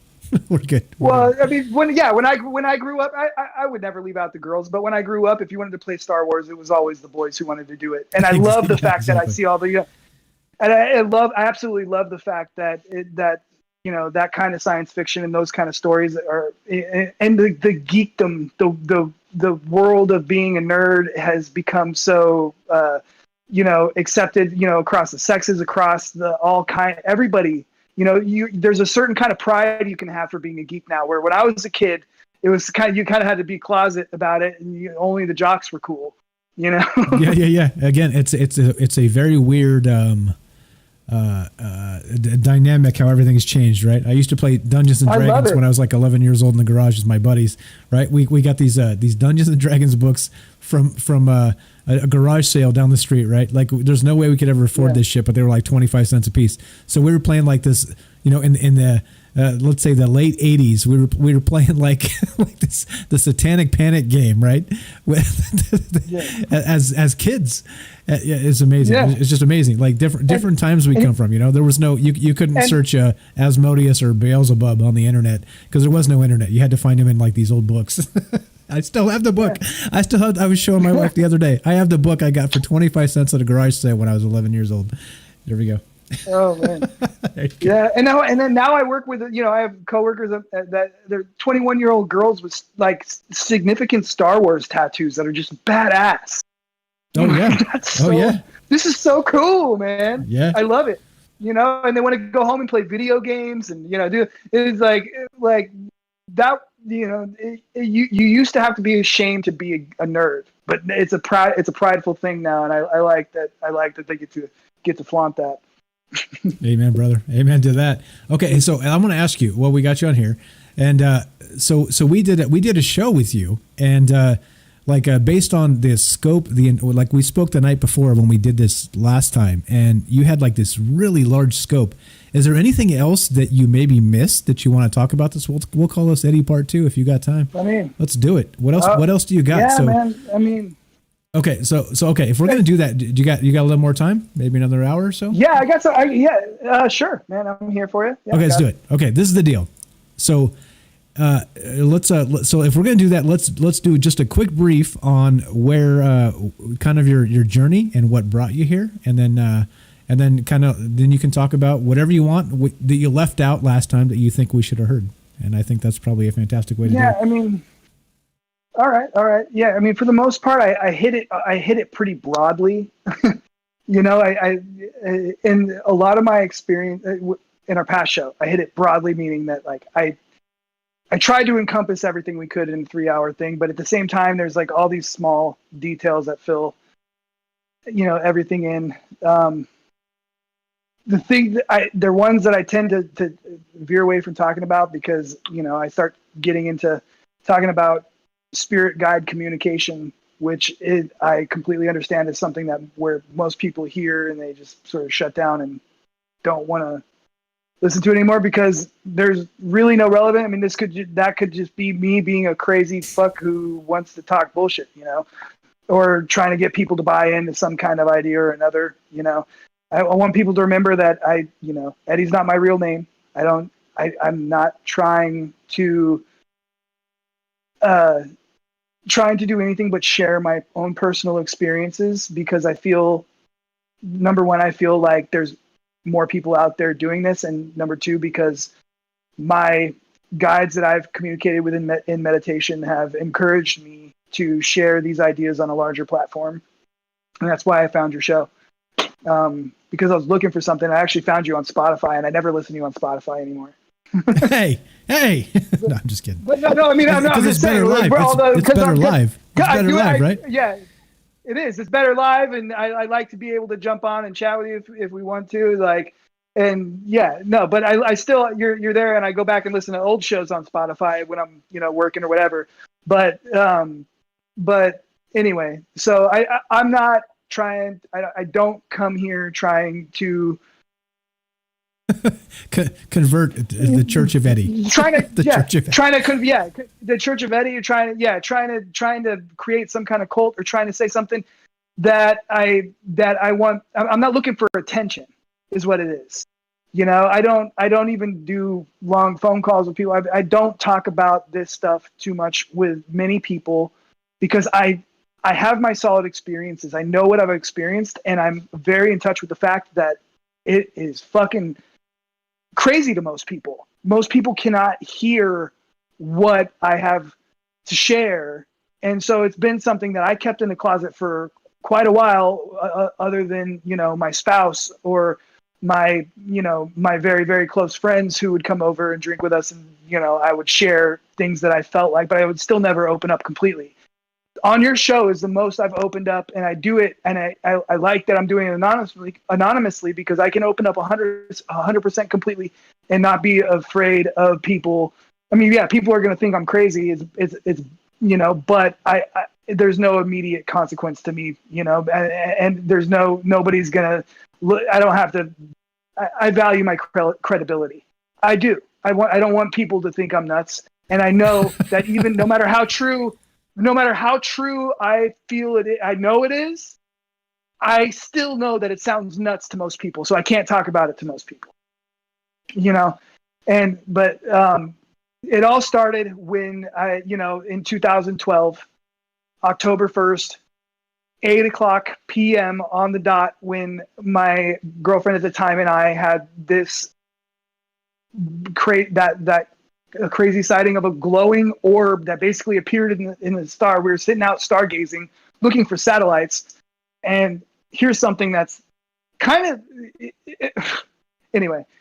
I've told the story too many times on your show, but yeah, this thing drifted over us, completely silent, brighter than anything in the sky, then stopped stationary, then moved in the opposite direction it was moving before, moved back, and then stopped completely stationary again, and then dropped down and like did a snaking motion and then disappeared, and we fucking lost it and ran home. Okay, happened to me. So let me sum up, because I know you're like me, and you're like you start and then you're like end up in weird places. So let me just sum this up for you, based on my memory of your. So that was the description of what happened. Then you were contacted by MUFON not too long later, a week or 10 days or 2 weeks later. MUFON came to visit you, and then you had like a bizarre encounter with like a MUFON operative or agent or whatever it was that was dressed like a military individual with the United States Marine Corps type gear on. And then after that, then you started having these meditations where you would find these connections with beings from alternate dimensions of sorts. And so kind of like the DMT experience, and kind of like you would describe when you hear people that take ayahuasca, these types of things, you're connecting for some reason. It's important to note that those initial communications for the first several months were not induced by any substance. Yeah. So, okay. Yeah. Okay. So no, exactly. So I'm not saying you were taking those things. I'm saying similar at the time. People, yeah, by people. Okay, at the time, by people that have described those taking those types of substances, psilocybins. Again, like the mushrooms we're talking about. And again, mushrooms was a big thing. So we covered that in the last show. So I kind of want to just kind of buzz past that. If you guys haven't heard it and you haven't heard Eddie's amazing. He's my neighbor. We haven't met yet. We're about to one of these days. We're going to go have dinner in a COVID safe space. And it's going to be all good. Yes, sir, man. It's going to be all good. But here's the thing. So he's seen these things with his own consciousness, his own abilities. And he said from a young age he did martial arts, and they taught meditation, but there was never any actual connection to otherworldly beings until this UFO sighting. And then suddenly he became aware of these while he was meditating. Entities were trying to contact him, and then it grew from there. So I think that's a good sum up of where we ended up. And you gave us some pretty specifics of some other amazing stories. But there was literally, we could have done another 3 hours in that same night. You had enough to talk about. So there's the quick synopsis. So what is it that maybe you missed that we could hear this time? Oh, okay. I take a deep breath because some of it. Nope. Take a breath. My Even brother. yeah. Take a breath, my brother. Because, it's okay. It's okay. We'll slow down. So it's okay. Some of it happened. Some of it happened more recently, and even still, some of it sounds crazy. And I don't want to put ideas out there that would make people who have found interest in some of my past ideas. I don't want to drive people away from me, but okay, hold on. At the same time, before you get there, Kelly says this. Kelly was on the show with us last show or the show before. Mm-hmm. Kelly's been listening for a long time. He says, "We're all crazy. It's not a competition." LOL. You don't got a sweater, brother. you're in good company. I know. You're in good company. So, well, and honestly, my biggest fear is like, because what I do and what I typically, I don't watch the news and I don't research a lot of this stuff as much as I should. I like when I get time, I sit down, I read some stuff, I dig in a little bit, but the spur behind most of my research is things that get presented to me in my meditations. If I get something in a meditation that I feel is significant, then or something that if I have an experience that I feel is significant, I receive information that I feel I can look into, I dig it. I dig into it and afterwards. And as of recently, I'll share it. I wasn't. It sounds okay. You're fine, I had man. a dream. You're fine, man. This is the first time. You're in good company. You're in good company. It's okay. I've had experiences, what I call psychic experiences in the past, where if I touch something physical to something that has some kind of significance or a energy that's trying to contact or connect with me, then touching something physical related to that will bring me to, specifically, I picked up a book of my ex-wife's grandfather's that was gifted to me after he passed away. When I started to read it, I picked it up and a bookmark fell out of my lap, and I instantly had this almost out-of-body experience where I was seeing out of his eyes at the moment he put that bookmark into the book, and I could hear what was happening in the house when he did it. I could smell some sort of like casserole cooking. It was like I had this visceral experience momentarily of just by holding this bookmark in this book. And so I put it away, and I sat it down, and I immediately started to tell my wife what I was experiencing, because this was her grandfather that she had a close connection to, and it was significant. We were fighting at the time, so I had to be like, listen, I know you're upset at me, but you have to hear what I have to say right now. I explained to her what was happening, and then at that moment, I felt his presence, and I was able to channel a couple of words to her that signified that he was actually with us, and all that came out was, "That's enough." That's the only words I was able to pull from him in my conscious state. And that was enough for her to break down in tears, because that was sort of her thing. She used to kiss him all over the face, or love on him, and he would always say, "That's enough, that's enough, that's enough." I never met this man. I never been in the same state with him. I've just known him through the stories that my wife has told me, but I never knew anything about those words. And I didn't even know that when I said those words, they just sort of came out of me. I didn't know that when I said them, it was going to be something significant. It just sort of came out. And when it did, she knew. But anyway, so having that sort of experience where I can, when I touch something physical of something, it helped me channel this. Now, here we are again. I fell off because that whole story, it was leading to something else, and now you're good. I got you. So I'm going to get you back on track. Yeah. So since we last spoke, has there been any new experience that has kind of like shocked you, or kind of like snapped you back to? Oh, there we go. So see, I did it. The experience was me asking you. There it is.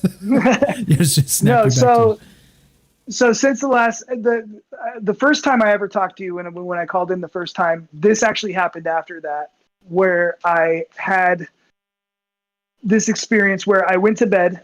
Now that experience, the experience I just described of seeing through her dead grandfather's eyes. That's how I describe these experiences as how I experience them. In that experience specifically was the only one where I was ever felt like I was seeing something through someone else's experience, someone else's eyes. Like I was living someone else's memory.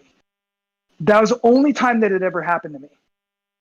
And so after our first call, and it was like a couple weeks later, I went to bed, and then I ended up having this incredibly lucid dream that I don't usually remember my dreams. Like my dreams usually escape me unless they're, I can't remember before this, the last time I had a real significant dream that I held on to into the day, and I would recollect it through the day. I just don't remember my dreams. This one, I woke up like I just experienced it, and it was still there, and I remembered it. But this dream happened where I remember being in a small space, like with a small mechanical space with 4 or 5. How many? There was 4 of us, and they seemed like they were my colleagues, but we were civilians, and I felt like this was like a past, like this was maybe in like we were wearing like maybe mid 19th century stuff. Like it felt mid 19th century, but I honestly felt like we were in a submarine, like this small space, and we were like going somewhere together. And as we arrived at this place, from down in the front of the area that we were in, this person in Nazi uniform came walking towards us and was not hostile, was not, it didn't feel like I was scared of him. Like looking back at it, like, we're raised American. Nazis are a very negative sort of ideology kind of a thing. It didn't feel like that to my experience in this dream. Like this guy came out in Nazi uniform and said that we were arriving and to get ready to disembark. And we came out of a freaking hatch, and there was, I remember this in detail. There's like little, like, I mean, it was so real. It felt so real that like when I went to sleep, I went into someone else's body and experienced this other experience. So I pop out of this hatch, and we're underground, but it's like water. It's like an underground cavern with like that the ocean connected to.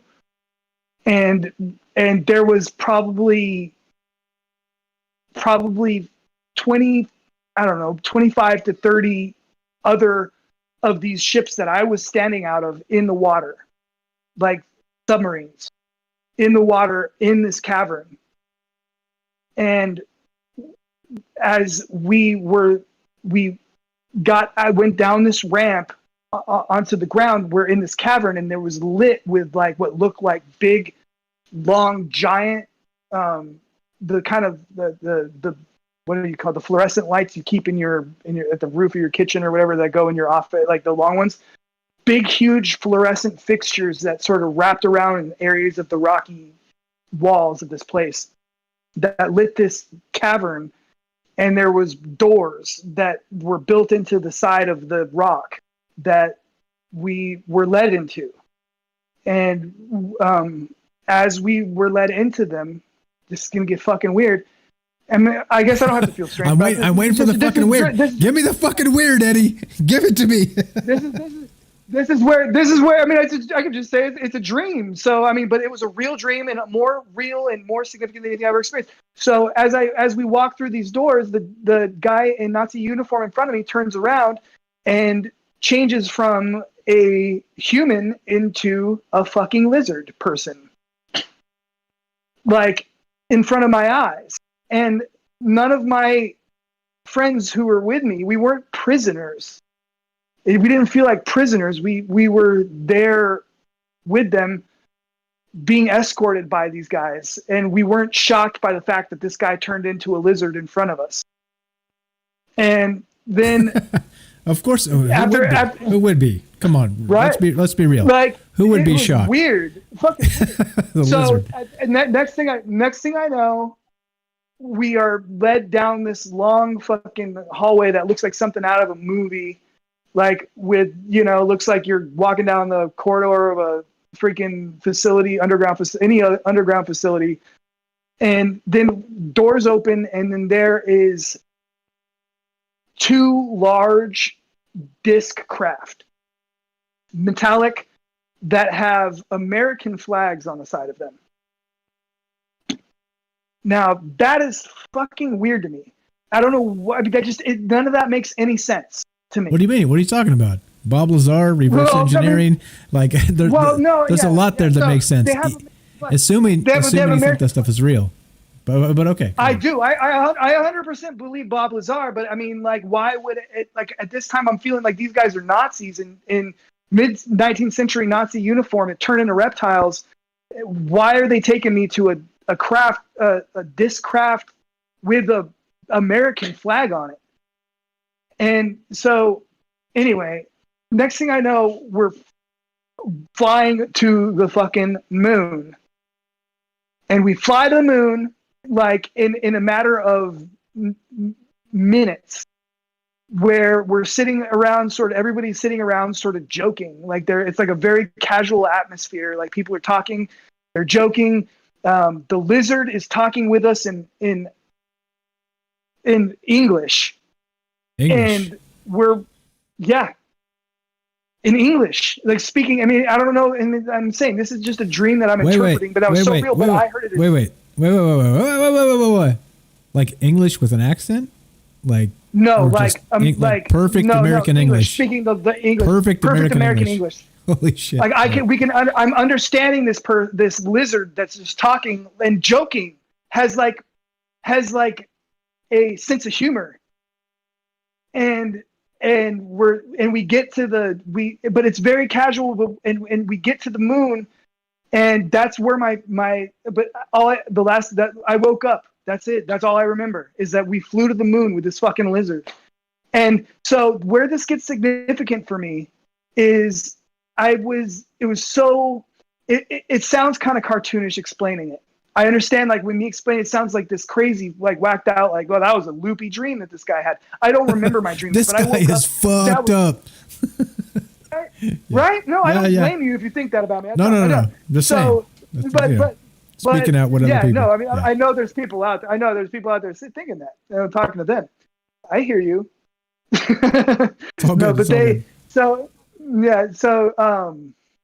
So what becomes significant? So I like to, if I feel like I have obtained information in an experience like that. Now, I viewed that dream as like I would any of my meditative experiences, where I consciously receive information from my guides, and I try to interpret it, and I look into it, and I validate it. But this one, I was so out into the dark for me. Like, this is all. I mean, I had heard I've heard of reptilian shapeshifters. I'd never really heard them tied to Nazis. I never really heard of anything about this, and so I started looking into it. And well, come to find out, I wish I prepared for this. Excuse me. Welcome to my life, bro. Welcome to my life. Yeah. I'm like, fuck. I swear I had that link. Where is it? The link is somewhere. Sorry, go. Yeah. So it turns out there's a gentleman who wrote an entire book about this, and he does it very matter of fact. And I listened to, can't remember what it was on, but I listened to him talk on an interview for like an hour and a half, because I searched out Nazis in Antarctica, because I had this feeling that cavern I was in was in Antarctica. And so when I searched that out, I found out this guy who's done all this research, and he starts talking about Nazi U-boats that disappeared and went missing, that were supposedly taken down to Antarctica, and they were supposedly running people, like, escaping after the war to Antarctica with scientists, and flying off, and he claims flying off to the moon and creating a base on the moon. Now, that's the kind of shit that I would have like probably not given too much thought or consideration into. Somebody talks about, yeah, look into the Nazi bases on the moon. Like, yeah, it's possible, but you know, it just sounds so crazy that even a person like me, I don't give it too much thought. I don't look into it. Well, when I started looking into it after this dream I had, I can't tell you how much information I found that played right into that specific thing, that Nazis had a base in Antarctica, and they were taking people and to back and forth from the moon. Yeah, it's a crazy thing. That's Admiral Byrd. We need to revisit that at some point. So it's funny, right? Like in the first probably 6 months we did this show, including the crop circles, we did a whole bunch of stuff, right? And we did it okay, but you know, like you get better over time. You know, like you get better at production, you get better at like kind of clipping out some things to look at and some things to listen to. So I think at some point, and there's still people researching revisit this stuff. So you, yeah, you get new research. Yeah, like we need to do Phil Schneider again, and then the underground bases. Like there's so much shit that we haven't touched on in a very, very long time that we should probably bring up again. And because that's even if you do story, it, that's a crazy fucking story. And I kind of believe the guy. Like that's the thing, right? He's got the scars to prove it. That's a real one. I think that gives us. He's got the scars to prove it. Actually, I think weird synchronicity. We're talking about it now. I think the very first call we ever got was Kelly, who's listening right now. He was just about to call a second ago. Kelly, you need to call us back. Because he was our very first call we ever got on the show, I'm pretty sure. And he called during the Phil Schneider episode, if my memory serves me. And he's like, I believe Phil Schneider. I was like, yes! Like somebody out there is like, you know, like kind of tuned into this. You know, to the details. I got a nose for bullshit, man. And I'll tell you, why would anybody stick their neck out like that?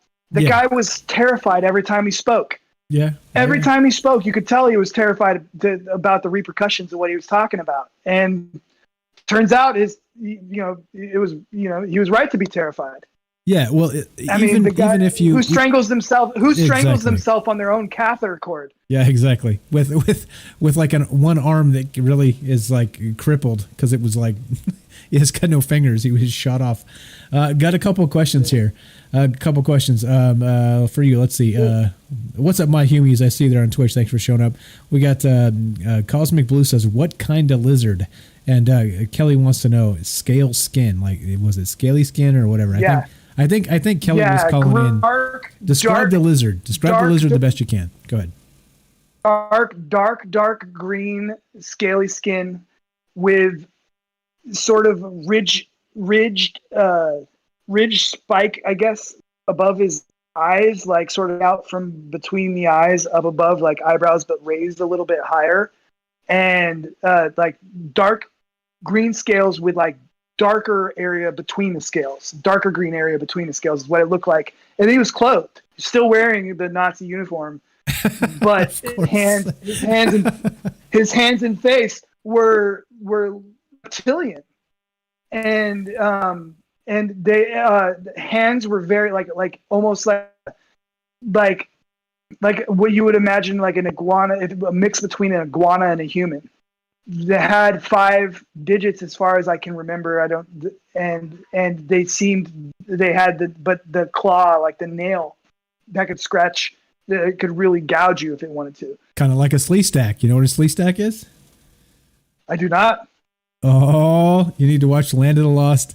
The slee stack. Oh, yeah. The slee stack. Okay, the name didn't ring a bell. But dude, Land of the Lost, man, you're taking me back. Yeah, see? Living in the land of the lost. Yeah. Right, the slee stack. Right, they had the crystals. They had the crystal panels that they manipulated with their like claws, and they were always chasing people. Yeah, dude. This is not this shit we're talking about is not new, right? Like the internet thinks all this shit is new. None of this shit is new. And we're laughing here. We're chuckling a little bit, having a good old joke because we're talking about a dream. So I don't mind laughing about your dream, but if you're like, I saw this with my own eyes. You can laugh about it. Exactly. I'm not going to laugh at you if you're like, no, I motherfucking saw this with my own eyes. I'm not laughing at you, but we're talking about dreams and kicking it, slee stacks and reptilians and the rest of this. Yeah. Yeah. What's up, Marge? I see you on YouTube. Thanks for showing up. Thanks for being here tonight. Yeah. But I want to make sure I make the point though, that I literally felt like I was experiencing this through someone else's eyes. the same way I felt it, that I was experiencing it through my ex's grandfather's eyes. And that's why I told that story to sort of lead into this, is because those two things are what I consider my two experiences where I was not in my body. I was experiencing memories from someone else's body. That's what it felt like, that dream. That's a little It didn't weird. feel like, and it is weird. And because most dreams that I would have, I would see as my consciousness experiencing things, or me going through and experiencing wacky situations or making love to beautiful women. But I mean, it's this one was very clearly, I was observing this, and I wouldn't even say at the time that I was observing, like trying, like, ooh, this is interesting, this is strange, I'm in someone else's head and I'm experiencing this. No, it was like I woke up with someone else's memory. That's weird. That's weird. Yeah. Wait. Speaking of beautiful women, what was that chick's name in? What was her name in Underworld?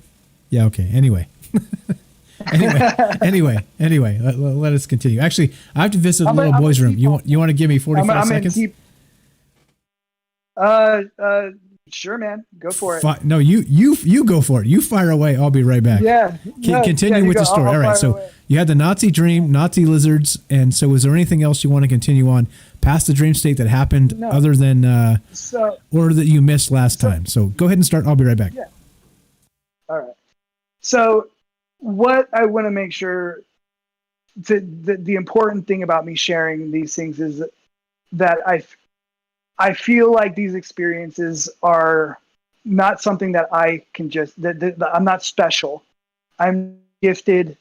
I believe that we are all connected to all consciousness in a way where if the veil that, sort of the veil of the world that you live in clouds your connection to that, to that universal consciousness beneath, then these things seem, if it's too clouded, these things seem ungraspable. They seem like fantasy. They seem like imagination. But when you really lift that veil, then if that veil is completely lifted, I think the true nature of our existence connected to that universal consciousness explains all of these experiences that I've had. These things, we call these things supernatural, or we call them, these are all considered fringe ideas, that most, serious scientists won't touch. And I say most because it's important to note that there is a lot of very serious scientists who take these exact topics and these exact ideas that I'm sharing with you very, very seriously, and they put real scientific study into them. I'm back. So, yeah. So I personally believe that while we call these things, supernatural, or, most people consider them woo-woo, whatever, eventually science is going to be able to explain this stuff. We are still in the infancy of our experience here, and eventually, explaining a psychic connection or a I last time I mentioned ghost experience. I think that everything ties into it. I think that everybody who claims to experience a past life, anybody who claims to experience any kind of psychic experience, anybody who claims to see a ghost or encounter the apparition of a past loved one, I think that all of these things tie into that nature of this universal consciousness that we are truly connected to, whether you recognize it or not. So if you don't recognize that you're connected to this, these things will seem crazy or woo-woo or alien. But once you realize that connection, and I don't know how I honestly believe my connection was opened up at October 1st, 2012. I believe that's what happened to me, because I was not the kind of person who would ever entertain any of this. We got a little synchronicity, don't we? October 1st, 2012. We have October 1st, was it 2019? It was a Vegas shooting. Ooh, I know. It was sad because ever since that happened to me, October 1st has been a very special day. And when that happened that night here in Vegas, that was a very sad thing. And honestly, I don't know if you were around. Yeah, dude, I was listening. We could go. Dude, Dude, I was okay. Like that. Bizarrely I enough, believe let me that tell my there's story a real lot fast. more. And I'm Go ahead. Go for it. Okay, just real quick. It's fast. So we had like some whatever, like the week before that Vegas shooting when it happened. We had like I'm not like a police scanner nerd. I'm not, but like the week before the Vegas shooting, there was like an incident across the street, the house at like 3 a.m, like noisy and police showing up, and like I was like, what the fuck is going on? So I go look out the window, and there's like the garage doors open, and there's like women sweeping broken shit in the garage and in like the little hall that leads up to the garage. And then I'm like, what the fuck? Like there's 3 or 4 cop cars out there. There's some shit going down. I'm like, what the fuck just happened, right? Like these neighbors have been relatively quiet, you know, like you say hi, whatever. Like, I don't know who they are, but like, it's like, you know, like they're not on your radar. Okay. So I'm like, what the fuck? So I'm like, I get the bright idea. I'm like, oh shit, I could just, you know, download the app to listen to the thing and find out what's going on. You know, I'm not going to walk out there at 3 a.m. and go, hey, what's going on, guys? You know what I'm saying? Like, they're like, okay, fucking weirdo. Right. So I listened, I couldn't find anything out. I was like, okay, whatever. But here's the craziest part.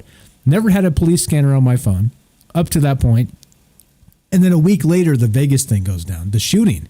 And so it sends you push notifications when people start listening to a particular police scanner in the country. And so I was like, what the fuck?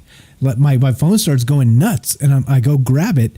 And this was like minutes after the shit was being reported. So I turn it on, and I'm listening in horror while this shit's going down in real time. I'm fucking listening to this. Yeah. Like, again, it's one of those things where you're like, I don't know, right? Like, so if that, whatever happened, I don't think anybody got hurt across the street. They moved out shortly after. I don't know what happened. But if that didn't happen, I wouldn't have been able to listen to that shit on a police scanner live. I heard cops on the freaking thing saying, no, we can't approach from the east because it's not a position of advantage, right? These are like, because the fucking bullets raining down. Did you hear anything? Did you hear anything that contradicted the official story? Yeah, you're fucking right. I did. Dude, I heard shots at the Bellagio. I heard shots at Planet Hollywood. I heard shots fired all over the strip. I thought this was a full-on terrorist attack starting from the south side to going to the north side of the strip. Like, it was an unbelievable amount of information, right? Like, and then you look at the footage afterward, and over at Hooters, actually, the Hooters Casino, which is now, it's changed its name, but the Hooters Casino was like 44 ambulances or some shit. You get people with their cell phone footage of like people stumbling into Hooters all fucking bloody. And I mean, yeah, like there was a ton of shit that didn't add up. This dude. is our home, man, because you know, that's where I always park, man. I always park at Hooters, and that's where we walk because it's free parking there, and you walk to wherever. It's just like it was so. And that's the thing is, as this happened, you know, everybody in town knew somebody who was there or involved somehow. It seemed like I was talking to people like, getting information from people who were there. I was getting information from people who, knew people who were there. And, at that point you got to start, you got to be careful about what you listen to. But when the videos started coming out, and there was a couple of videos it was like videos would show up that contradicted what the official story was. Now there was definitely somebody shooting from out of that top window. For sure. But it was broken. I drove by and looked. That window was broken out. It was. And you could drive by for months and see the boarded up, or maybe not months, but I remember driving by like a week or 10 days. The exact window all boarded up. Yeah. But if there was one specific video that somebody sent to me that it was literally like 9 a.m. the next morning, and here you have the people, it's looking towards the window where the shooter was, like from stage right, which would be if you're looking at the stage off to your left, and they're looking towards where up at the Bellagio, where the Mandalay Bay. That's the entrance to Mandalay Bay. No, Mandalay Bay. Yeah, Mandalay Bay.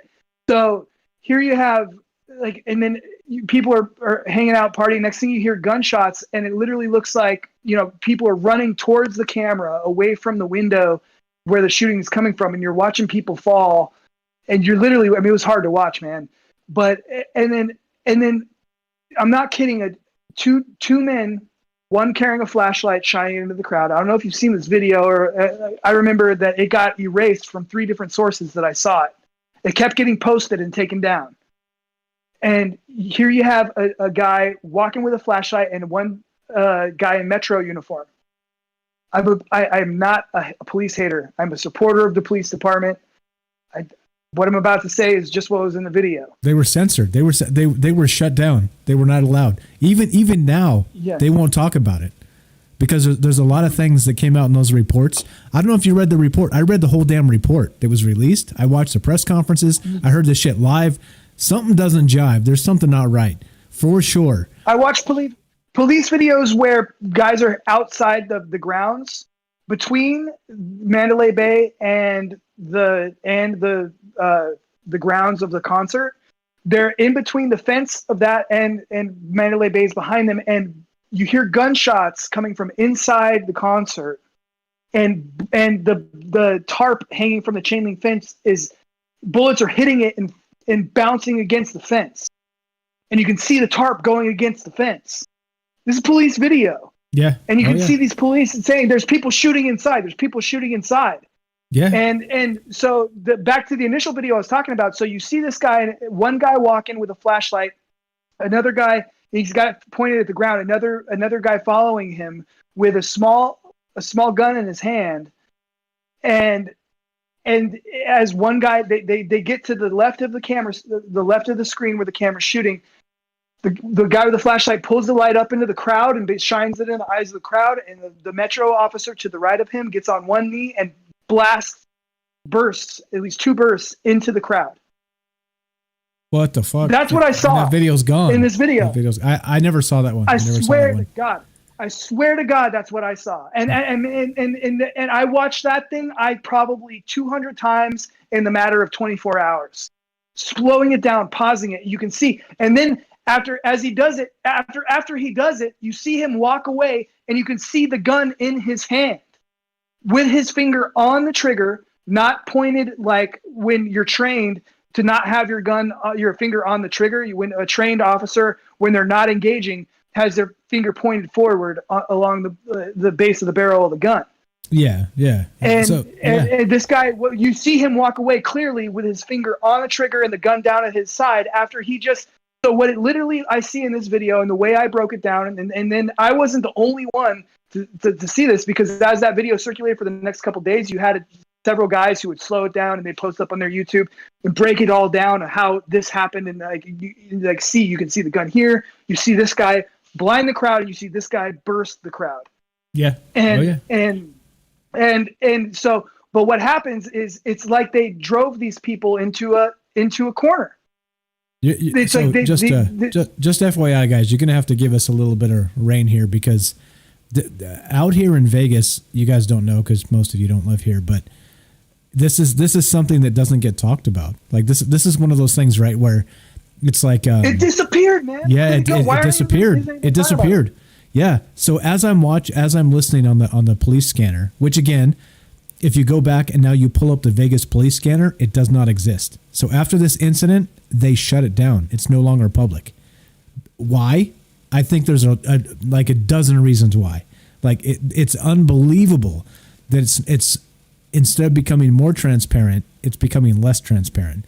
Because, there's all these theories about, the Saudi prince had rented the top room of the Mandalay Bay. There was maybe an assassination attempt, and then instead it failed, so they tried to turn it into activate the guy that was there, that, like the gun deal gone wrong. I don't fucking know. I don't know.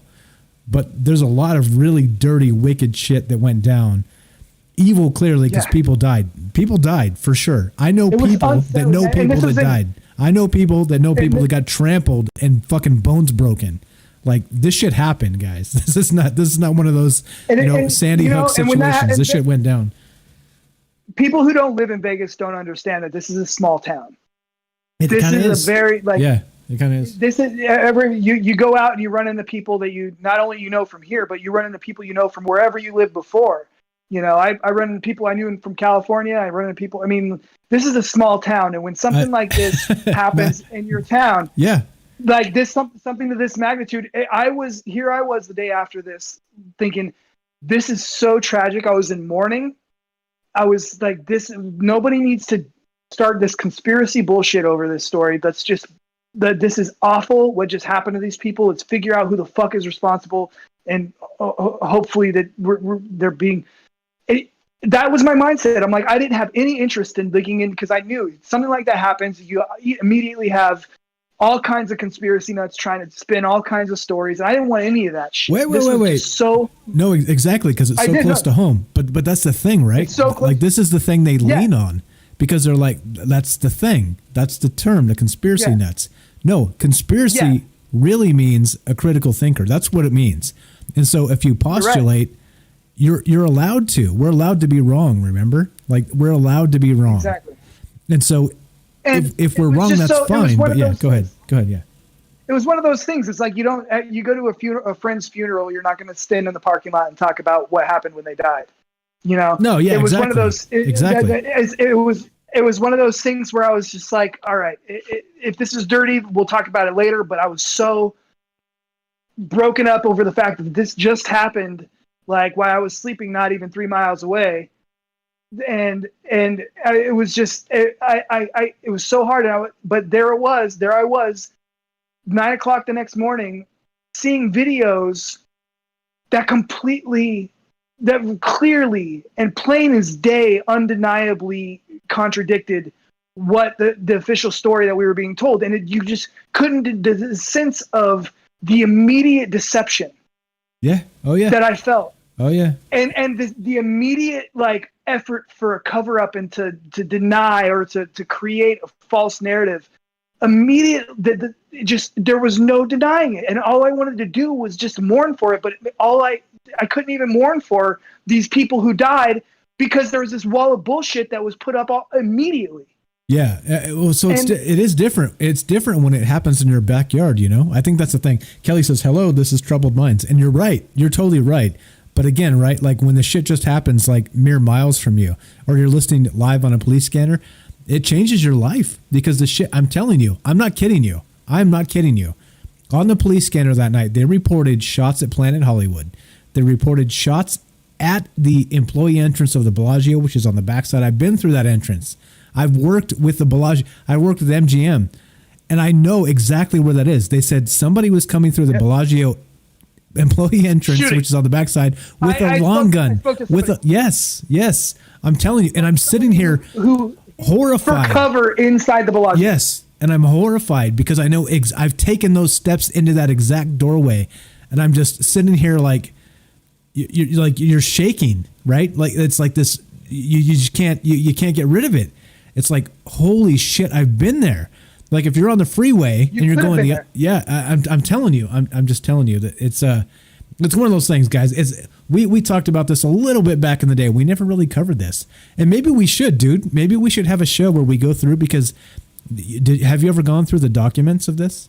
There's some really fucking suspicious shit of the entire report that came out. You know how they have like the Roswell report and some other shit? They did the same thing with the Vegas shooting. So Metro PD here in Vegas. They have this huge ass report where they talk about all the details, right? The released details. If you read through it, it's suspicious AF. You're like, wait, what? Like we actually did a poll back in the day if people wanted to hear about this, and nobody did, so we didn't talk about it.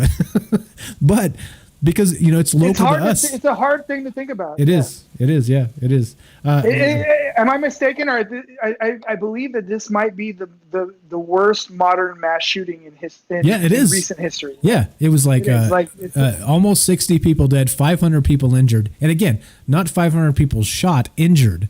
Right. And so there were bullets raining down the crowd. There were people running. Like I said, I know people that got fucking trampled and bones broken because that's what happened when they started realizing people were like heads were exploding around them, like this shit is real. I'm telling you, and there's got to be somebody out there who has access to this quote dark web that I've never known or heard about or seen. Somebody needs to find this video that I'm speaking of. This police officer shooting into the crowd, October 1st, 2012. I mean, not 2000. That was my day. 2000 was 2017, right? Is it that long ago? No, Jesus, no. 19 maybe 19, 18. I don't know. No, it seems like it's been this for was fucking 17, ever. man. Yeah. Okay. Yeah, 2017, and so find it. This video. Not only do you see people getting in this video clearly, you see people getting shot. You hear the gunshots from a distance. There's people getting shot and running and falling as if they were shot from behind, while they are being basically driven into people who are ready to intercept them from in front in their direction of retreat and shoot them down from in front. And you see them both, you see it happen. And then you see wounded people walking away in front of the camera, holding their wounds, trying not to bleed out, while the person who just shot them nonchalantly walks away with the gun next, and you see him shoot them. Yeah, I'm telling you, this video is real. I haven't seen it that. exists. I haven't seen that one, but I believe it. And if anybody, and if you want to say that somebody went out and made it like this, I saw this video at 9 a.m. the morning after. If somebody made that video overnight and created this like extremely compelling CGI fake or some shit like that, you want to try to pull on me, I'm not going to believe you. I saw this video after it happened, and nobody tell me that it's anything other than what happened in that video happening. I'm not saying that's an actual Metro officer. I think that there was agents of some sort, that this was another sort of false flag, Yeah, there's state police here. There's marshals. I mean, there's all kinds. Like, who knows? There's undercover officers. That's the thing. It's impossible to know. It's impossible to know. Anyway, not to derail into all that. Again, if you guys are interested in this, there's an entire report. We can go through this whole fucking thing and talk about Stephen Paddock and his laptop and the hard drives that went missing. And there's an unbelievable amount of no fucking way type shit. That's like, wait, this is really in the report, and we're gonna just shrug our shoulders and say no motive. There's a ton of shit here. Shit and it smells like shit. Yeah, there's a ton of shit. So again, it's years removed at this point. But if you want to, at some point, if you guys want to hear about this, you let us know, because I'll go through this fucking report line by line. And here's the tragedy of that. Very much like book burning, okay, the internet changes things. And so I don't know if the same report I read when this finally happened a year after the shooting is still the same report if you pull it up today. You see what I'm saying?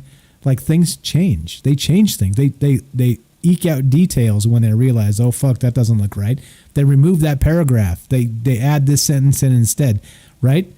So I didn't download all that shit when it happened, but like anyway, not to derail too much into the Vegas shooting, but yeah, that shit was real.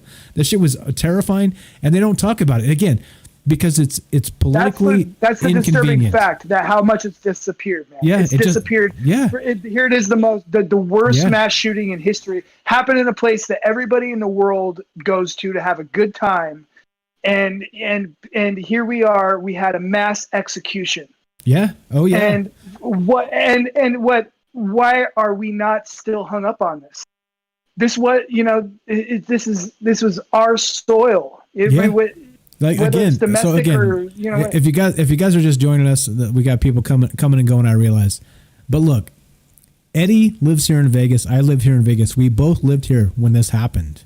And I'm telling you, when the shit goes down in your community, right, it's easy to, like, let's say you live in Boston or you live in, San Diego or Northern California or something. You're so far away, right? I've heard people who do the crisis actor thing and thumb their nose and, say it looks suspicious, so it's fake. No, I know people that died. You know what I mean? So this is not a fake thing. It's not. Yeah. It is not. I know people who went on the news. And talked about what they saw and what happened. I mean, I know people. Yeah. It's just. It's horrifying. It's horrifying. And there's so much to it. Literally, dude, if you've. Yeah, we got, let's see, Cosmic Blue says, yep, crisis actor, his pick was shown later on the, okay, crisis actor, I'm not sure is the right word, let's say a Manchurian candidate type. Like, it's like maybe he was like a I don't know, I just don't think it was some dude who snapped. You know what I mean? That's the narrative. It's like, dude fucking didn't freak. Didn't he have ties to the CIA? I'm sure, don't they all? Don't they all? Like gun running, like nobody knows where his money came from, but somehow this guy had money. I don't know. And like, okay. Now, okay. I've been a poker professional in my life. All right. You want to talk about 3 bets and 4 bets? You want to talk about playing in position, out of position? You want to talk about playing live versus online? Let's talk about it. And guess what? I'll crush you because I've done it. I've played over 1 million hands in my life. I'm a good poker player. And part of the reason why I moved here. I haven't played much since I've been here. Yeah, there you go. Well, never buy me a beer and say, let's play some poker because I'll fucking kill you. But this is the thing, right? So given all of that, let's see again. I did it again. I started with a point and then I didn't. What was my point? I'm derailed. But okay. Yeah. So you got me wanting to talk about 4 bets. Wait. So if you 4 bet out of position with ace king offsuit, what do you do if they jam? Are you calling or are you folding? No, I'm just kidding. That's what happened. That's what happens. My mind clicks into that mode. No, okay, but all right. So what was I saying? It'll come back to me. Anyway, we were talking about the Vegas shooting, went to poker. I don't know. I'm just saying that like, whatever. I don't know. If I lost it. I was reading chat. Hold on. But let's see. Crisis actor pick was shown doing. Oh, yeah. Manchurian candidate. That's kind of what I was looking for. I don't even know what the connection was, but I'm sure there's one. Cosmic Blue says that close to home, close to heart, and that's true. Marge Watt says, do it, pretty please. Show on the Vegas shooting. I've never dug into it. Blondie 9000 on Twitch says, you should totally do a show about it. Marge says that it happened. Just not the way they told us. There were crisis actors after the fact. Cosmic Blue says the dude they set up. Yeah, I'm not sure about that. I think that's the thing, right? That's weirdness there. Marge says, I've always known certain stuff didn't add up as early as I remember. Major everything being 9/11. I was in high school, but I didn't become a theorist until COVID gave me lots of free time. Well, he was a patsy. Is what he was. Patsy. I think it was a patsy. Yeah, Manchurian candidate. Yeah. No, well, I mean, I feel like this guy was involved in whatever operation was happening, and he was sacrificed to create a narrative, and that's what happened. That's what I feel happened. Yeah, that's just my opinion. But have you heard about the Saudis and they had rented the top room of the Mandalay? Have you heard all that too? So there's that was the first I heard of. Yeah, so there's some theories that say that the Saudi prince was apparently there in the top, had rented the entire top floor of the Mandalay Bay. And so there's a couple theories regarding that maybe there was some kind of gun running illegal deal that went wrong, or there was like a Saudi assassination attempt on that prince that went bad, and then they ended up doing this to cover that up, right? So those are the things I've heard. I don't know. Again, if I had answers, this would be called the Answers Show. This is not called the Answers Show. Yeah, that seems a little bit of a stretch for me just because of the international implications. But they were there. They were confirmed there, though. Yeah. Yeah, they're confirmed. Yeah. No, I didn't realize that they were there, but that's interesting, man. It definitely is. I mean, it just the reason I feel like it feels like a stretch is because, to create that sort of international destruction to try to cover something up, risk a war like that. I don't know. Yeah, sick. Anyway, that's a sick derail into the Vegas shooting, which we didn't mean to bring it into. But okay, let's get back to you. Let's get back to you. But I mean, all right, man. It hits the heart, just like they said right in the chat there. It does. The Cosmic Blue, close to home, close to heart, and it's true. It's hard to forget. Oh, and I wanted to mention this. So notice how the Vegas shooting disappeared from the media, and the Marjorie Stoneman Douglas shooting in Florida with the kid at school, right? He wasn't no longer a student even, but he went into a school and he shot it up, and they were doing town halls at CNN for 6 or 8 months afterward, right? So that's what I'm saying. You see, so again, like the dishonesty of the media, right? So we have the largest mass shooting in the history of this country. And nobody wants to talk about it because you can't politicize it. There's a white guy shooting at a country concert, and that's the narrative, right? Well, there's no demographic to exploit. It wasn't a black guy involved shooting white guys or a white guy shooting black guys. You know what I mean? But kids, right? A lot of people have kids. You see the point. So it's not even about like the carnage involved. It's not even about the reality. It's about exploiting the way you think for a political narrative. And that's what this is all about. And so again, I was listening live on the police scanner for the Vegas shooting. I turned on CNN, nothing. I'm not shitting you. They gave like one on-scene reporter for 30 seconds, and he said something and he disappeared. And that was it. And then Fox News, nothing at all. Nothing. I'm telling you, like, the world we live in is not the world you think it is. I promise you that. That is the one thing I can promise you. What it actually is, I don't know, but I promise you it's not what they want you to think it is. Why we have a platform with listeners, we need to say, make sure to dig through the shit. You know? I mean, like, the world is not what we think it is because too many people are willing to believe what they tell us we should think it is. We need to keep asking questions, and I know I'm probably preaching to the choir, talking to the Troubled Minds audience, but I mean, we need to, whatever, you know, take it upon yourselves, man. Whatever little things you can do to try to crack people's shells a little bit. You know? Kindly crack their shells, make them think a little, you know, respectfully, because I'll tell you one thing, if you come at them with aggression or trying to belittle them or make them feel like their ideas don't matter, they're not going to listen to you. But people like us need to start getting more people to listen to us and do it kindly, do it with and get out there and like find the information yourself. Look at the documents yourself. Yeah. The documents are there. Like, they release these things. Like, you know who Laura Loomer is? You remember her? No, I'm not familiar. Laura Loomer. I'm very detached, man. You're good. She went and ran for a House seat in Florida, I believe. But she was here. She's a reporter. Like, she's one of those right wingers, right? Where she's kind of like a blur between a right winger and a truther, which is of course like the fucking devil compared to like the media, right? They're like, no, fuck this broad. Like she handcuffed herself to the front door of Twitter, the fucking Twitter building, she's literally. And I'm not saying she's right. Everybody relax and breathe. But I'm saying that she's out there, right? We're now me. I'm gonna shit on myself because I'm sitting here in a chair, reading things on the internet, right? Okay, so it's fine though. Like I'm not like mad about that. But I could be doing more. You could be doing more, right? And she's out there doing it.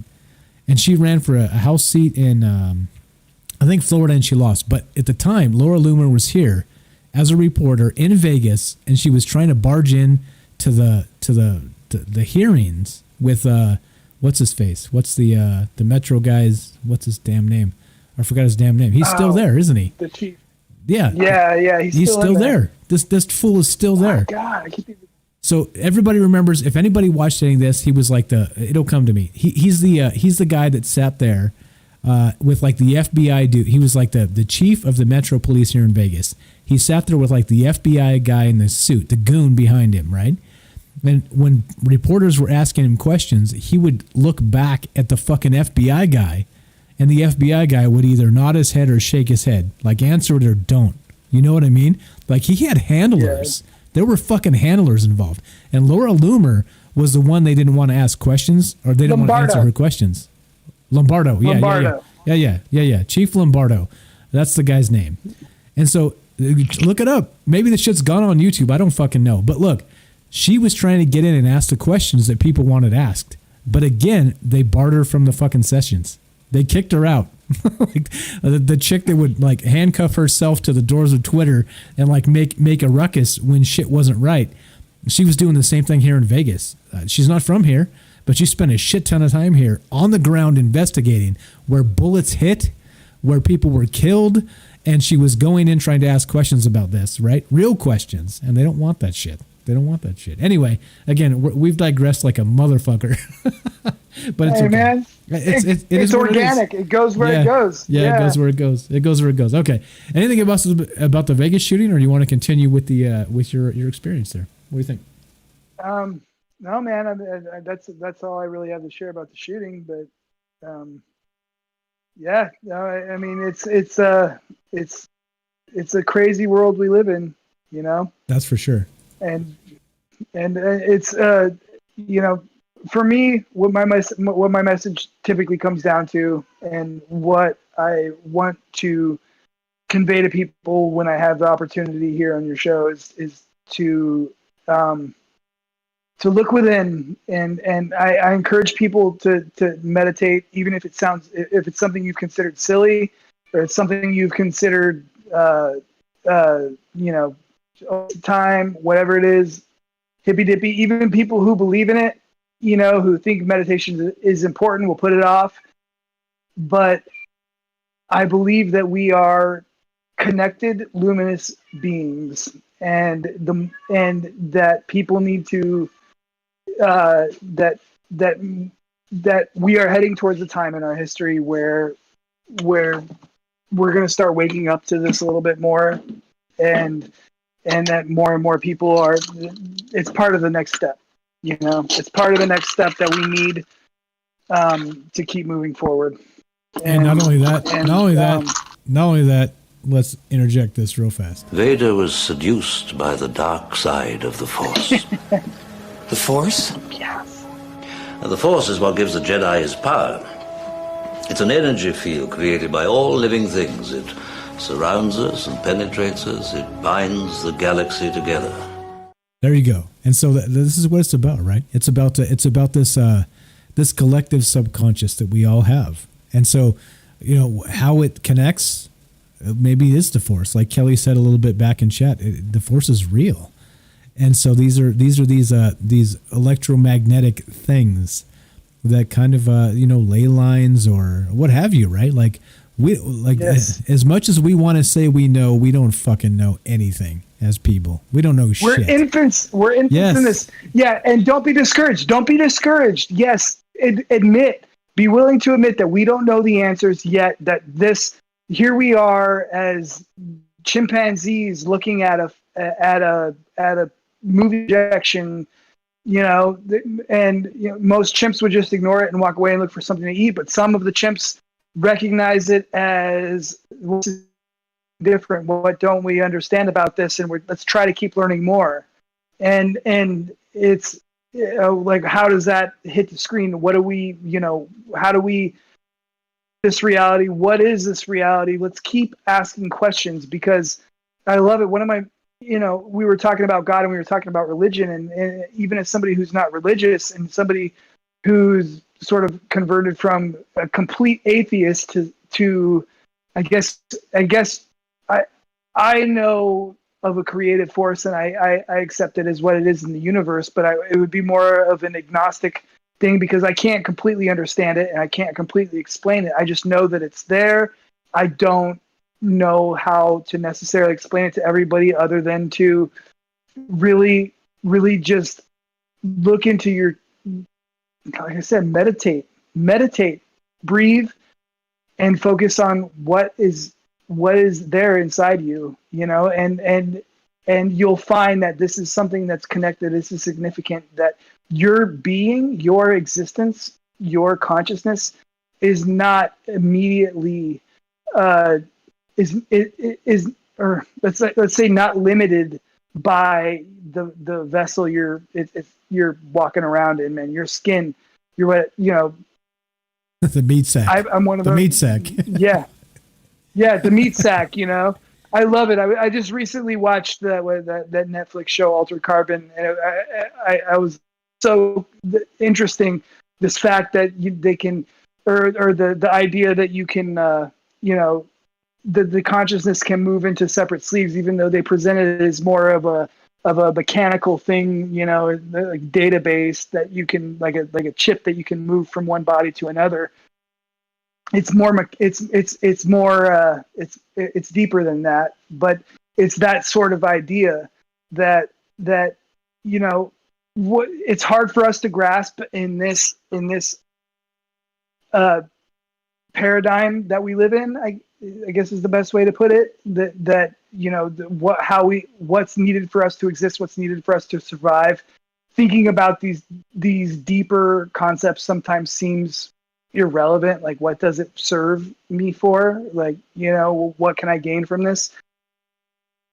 To me, I hold value in the understanding that while all of this, living within this paradigm right now is significant and important to my learning and my gathering from this experience, that my true existence is beneath, and that, that death is not something to be as afraid of as we think it is. It's not a final thing, this is, and that, even trying to explain it to people living within this paradigm doesn't make sense. It's once you're past it, I used to try to explain it to my ex, when I go into these transcendental moments that I would experience, and like, she'd say, well, what is, we try to put these boundaries on, like, what is it to experience this life versus what's next. And I'm going to miss everybody so much. I don't want to lose the people that are here. I don't want to lose what's happening to me right now. The connection that we have to this experience here right now is so important to us now. But what's hard for me to explain, and what I feel like I understand, is once you're past it, all of that is so insignificant, and it's so just below what is important, that you realize that little flash of an existence that you experienced in that momentary life you had is part of something so much bigger, and that it seems confusing to us now, and it makes sense that it's confusing to us now, because I don't feel like we're necessarily meant to understand this in the right now. I feel like we're meant to come here to experience and learn and engage in what's happening in this paradigm. Yeah, it's weird, right? All that's weird. Like if you go back to my youth, I was terrified to die, right? It was like the thing, like you're like, nope. Everything you do that could kill you, don't do it, right? You're gonna die. And I'm not, like, I was terrified to die. I'm not terrified to die anymore. I'm just not. Like, I'm not trying to die, but I'm just not afraid of it anymore. Yeah. Like it kind of comes as like we all do it. Yeah, we all do it. It's I can't remember what the quote was from. I heard this from Clyde Lewis, Ground Zero Radio. Shout out. I'm sure you don't listen to me, but I love you, man. But he had some quote from somebody that said, you spend more time dead than you do alive. So why are you going to be afraid of it? And that's totally true. I'll tell you right now, it's very significant you say that, because I've had contact with entities that have claimed to me that they are, however old, but they have never existed in a physical body. So are they dead or are they alive? What are they? That's a hell of a question. That's a hell of a question. Let's finish this up with a couple more from chat. Kelly says Sure, it was a gun run that went bad. That's his take on the Vegas shooting. Ride to Vibe, what's up on Twitch, says, I'm bummed I can't hear anything. I don't know what the fuck you're listening to, because everybody else can hear everything. Cosmic Blue says a lot of shootings at the time were setups like the gay nightclub thing in Florida. And I don't know about setups, but I think the thing that makes me suspicious is the media coverage of how it was spun, because it was like you're like, okay, we're shooting gay people, we can politicize this, go, you know what I mean? But it was here in Vegas, it was a white dude shooting a bunch of white people at a country concert, right? So you can't politicize it, so they just shit on it and walked away. Like, nobody wanted to talk about it, even though it was literally, this is the terms they use all the fucking time, and this is true.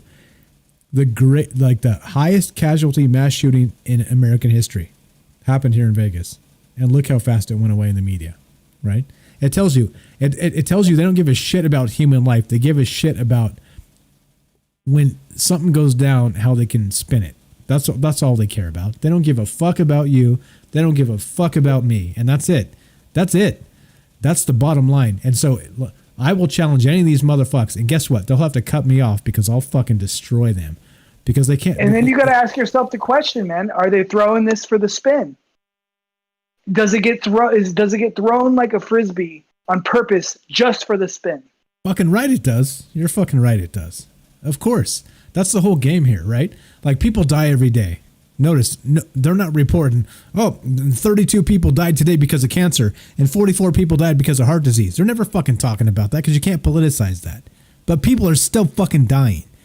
Of course, it's all fucking political spin. It's bullshit. It's all bullshit. If you're listening to people dying on the news, it's bullshit, guys. And I'm not telling you they're not dying. I'm telling you they're trying to make you believe these deaths are more important than the other deaths. That's what I'm saying. Okay? So relax. Everybody chill. The fucking censors, the fucking technocracy that's fucking literally dictating every word I say as I say it. I'm going to be clear. People are dying every day. And let me explain. When they don't politicize the number of people dying every day until it's convenient for them politically, they can fuck off all of them. And that's why we do this show. One of the reasons why we do this show. Yep. All right, couple more great comments here. Let's see. Hey, you says, did the casinos also lose all the video footage? I was wondering about that because Vegas is probably one of the most surveilled places in the world, right? You talk about It surveillance took a while states? for them to release them. They did. It was a year later. And so they did. But here's the thing, right? So you've got the point. You've got a fantastic point. And they did. They released some of it. And so apparently, because Mandalay Bay is right by, it's not even close to the convention center, but it's supposedly where a bunch of the convention center people stay. And so they were used to just hauling in like huge pallets of shit in the freight elevator. And this guy was a VIP. So it was easy for him to bring in the guns and the ammo and the shit, right? And so they showed him in the freight elevator multiple times on video. But this is the problem I have. They don't have him in some other really critical spots that they might, right? So the things they released, again, the most surveilled. So, okay, here, I live in Vegas. I don't live anywhere near the fucking Strip. Anybody with any brains doesn't live anywhere near. Do you live near the Strip? I'm about 15 minutes from the Strip. Okay, I'm about 30 minutes from the Strip, right? So anybody that lives here is not like right there because that's where the ruckus is going to happen. That's where the tourists come in and they do the drugs and the prostitution. The shit's going down there, right? And so if you're not interested in that, and you just live here in the valley, you're not near that. And you never go. And you never go to the Strip. You never fucking go. You never go. That's for all you. Yeah. Yeah. Tell you what, if anybody is coming to Vegas, would you please contact us? Because we can tell you a list of places you can go to that are fantastic. You can eat some great food and not get ripped off. We'll hook you up. Yes. We'll definitely hook you up. Yes. There's some fantastic places. All you have to do, you can drive 5 minutes off of that road that they call the Strip and spend 5% less money for better quality, whatever you want. Exactly. Yeah. So there you go. Like, you know what I mean? Like the locals don't do that shit. We don't go down to the Strip to like overpay by 500%. Why would you fucking do that? It's a trap. There's another it's a trap. I need that clip. It's a trap.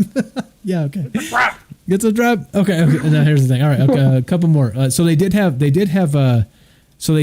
video of this guy coming in, but again, like I said, it's probably like 10% of the video they could have had and probably do have, but they didn't release. And that's the problem I have, right? Because like any narrative, you can frame it the way you want to frame it. And they're the ones releasing the footage. MGM, right, owns Mandalay Bay and many other, half the Strip basically. So and whatever, I'm not going to bore you with the details. There was more footage that didn't come out is my point. Okay, a couple more comments and let's finish this sucker up. Dark Devious says audio was good. Audio was good. That's a good one. Close that thing. Audio was good. Yeah, hell yeah. March says a quick search on YouTube provided me with a video that I'm going to watch later. Let me see if I can link it. And interesting that they would have a 7-day timeline of a video. No, so there was actually, regarding the Vegas shooting, there was a New York Times thing. I think it was New York Times, and I fucking hate them because they're lying piece of shit propagandists like 95% of the time plus. But they had, I think they had that's like the press now, man. Yeah.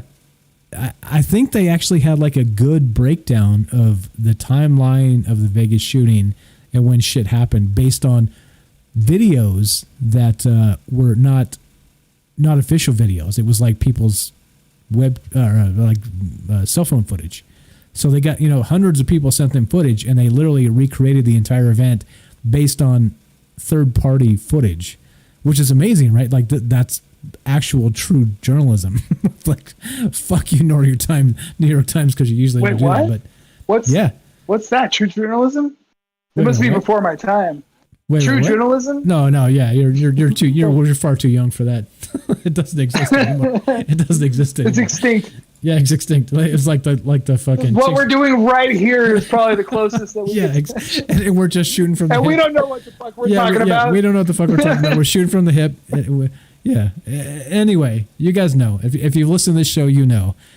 There's more questions than answers, and that's the problem, is that people aren't asking the right questions, and that's what we do here. So I think that's a fantastic wrap-up. Dude, Eddie, you saved the show. I was like, I don't have any content. I'm gonna just fucking, we're gonna roll this. I'm gonna drink a couple beers. I'm out. And you saved this motherfucker. Dude. I owe you, buddy. Look, dude, I love you, man. I enjoy doing this with you. And anytime, I kind of needed this chat session with you, man. It's good stuff. Dude, you're welcome anytime. And I'm not kidding you. If Ash and I are on, you haven't hooked up with Ash yet. We need to have the three of us on the show together. So as you get time, as you hear us, tomorrow, I don't know what you're doing tomorrow. This is an official invite. We're talking about the Dark Winter tomorrow. All right. Ash is going to be here. We're going to do like a normal show. This is fantastic because you Dark showed up tonight. We did a normal show. After the asteroid event, is that what you're talking about? The Dark Winter? No, the Dark Winter, like the Biden said there's a dark winter coming. And so it's a little bit more I don't dark, watch the news. Political. That's fine. Okay, that's fine. You're welcome anytime, I already told you this, and when I say it, I mean it. I'm not one of those guys that's like, you're welcome anytime, and then you're like pinging me, and I'm like, fuck off. No, I don't do that. But no, I'm interested. Now I'm going to look into this Dark Winter thing, because as far as I knew, Dark Winter, I've heard that term used in relation to what happened after the asteroid event happened, the extinction event. But no. This is the Dark Winter regarding COVID, regarding the Great Reset, and regarding the lockdowns, which we started talking about tonight when we started the show. So it's kind of that. It's like a kind of you ever watch Game of Thrones? Yeah. Oh yeah, dude. Every episode. Winter is coming. Winter's yeah. Man. That's tomorrow. That's tomorrow. Anyway, you're welcome, dude. You know where to find us. Look at Biden flexing this whole Nightmare Before Christmas. That's exactly what it is. That's exactly what this is. That's what we're going to talk about tomorrow.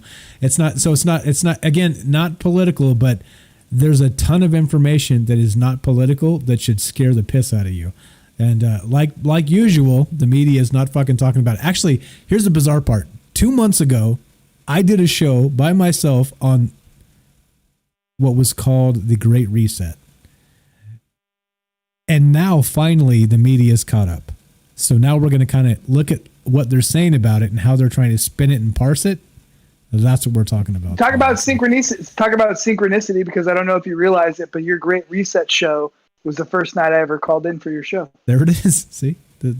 And Kelly, Can you call us real quick to end this up? Are you still there, Kelly? If you call in, Kelly, right now, I'll hang out 5 more minutes if you're going to call in. Kelly, if you're still there, call us, and you'll literally sync everything together. The synchronicity will be, I don't know, it'll be kind of like this. Vader was seduced by the dark side of the Force. The Force? And the Force is what gives the Jedi his power. It's an energy field created by all living things. It surrounds us and penetrates us. It binds the galaxy together. There you go. Bind the galaxy together. Kelly, if you're out there listening, give us a call. Get in here and talk to us for 5 minutes, and we're out of here. But if not, it's okay. I understand. Yeah, I mean it. Eddie. I was about to say your real name. Eddie. Yeah, man. Anytime, man. Yeah. Anytime you're available, hop your ass in here, and I will gladly have you for as long as you want to have. Absolutely, my friend, and I mean it. We got to get together for a beer sometime soon, man.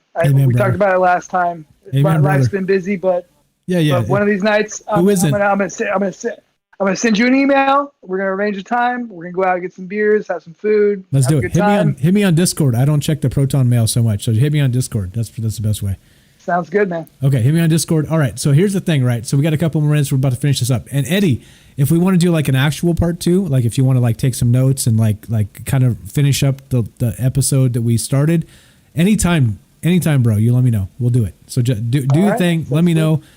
You're welcome anytime. You already know. But if you want to finish it up, because we literally fucking went all over the place tonight.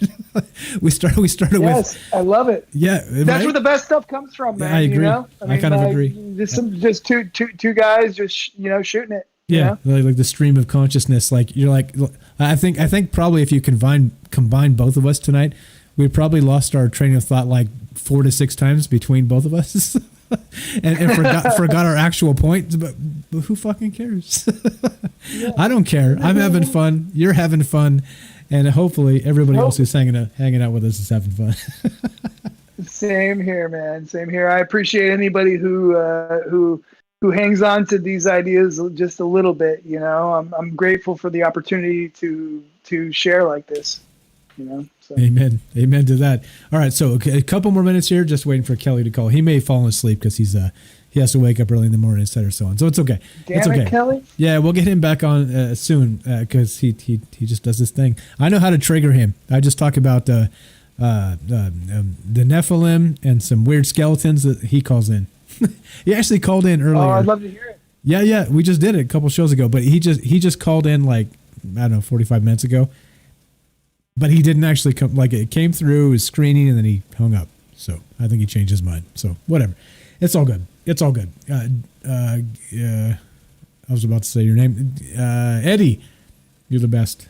Thanks for hanging out. All right, man. I appreciate you, Mike. No, man. No, look, anytime. I'm not fucking shitting you. We're neighbors, bro. Anytime. You jump your shit on here. All right, this is the thing.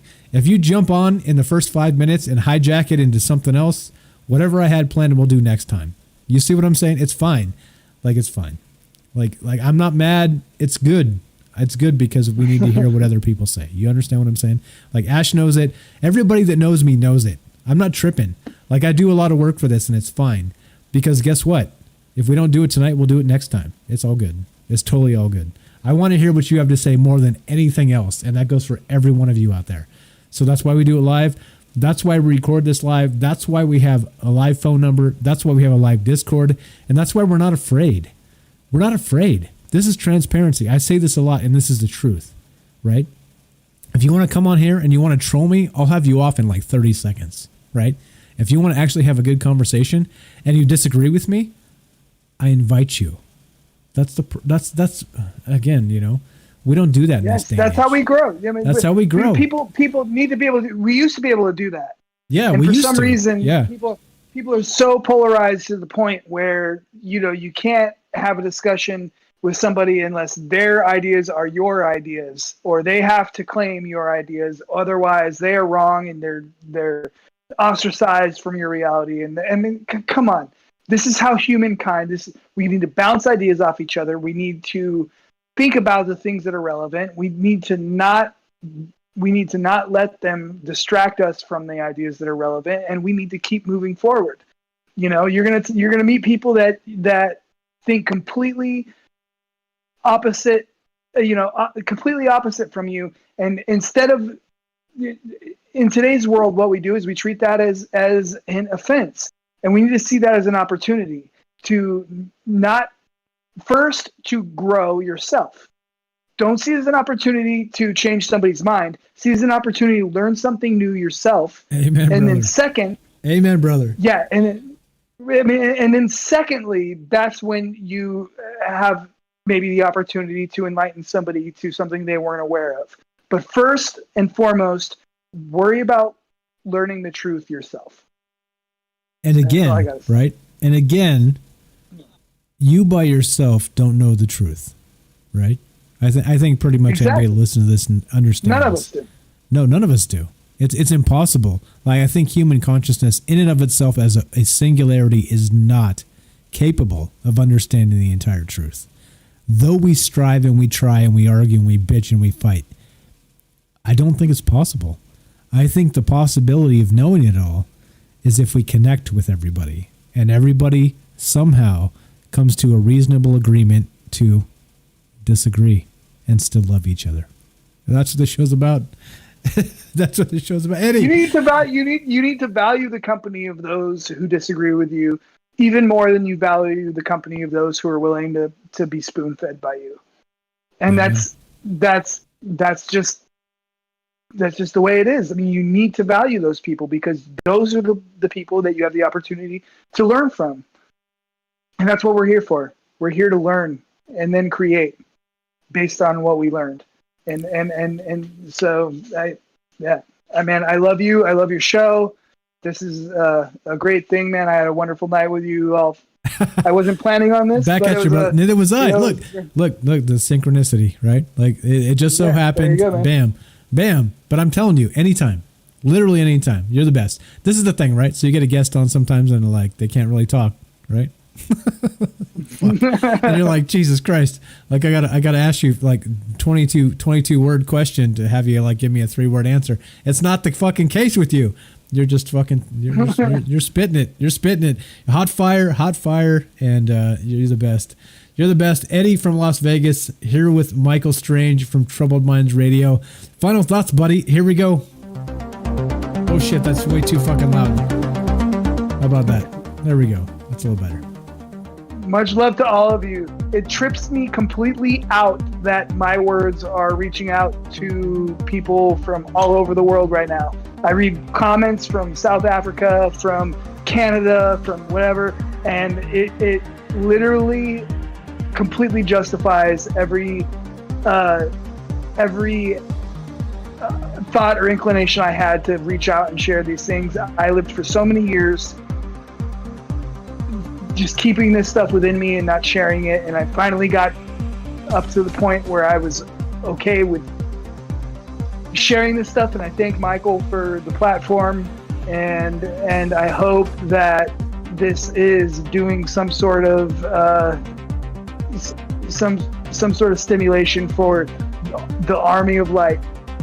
Reach inside. We all we have that light. Everybody's got that light inside of us, and most of us have forgotten about it or forgot how to find it, man. Look inside, dig inside, meditate, breathe, find yourself, and then approach this world with a pragmatic and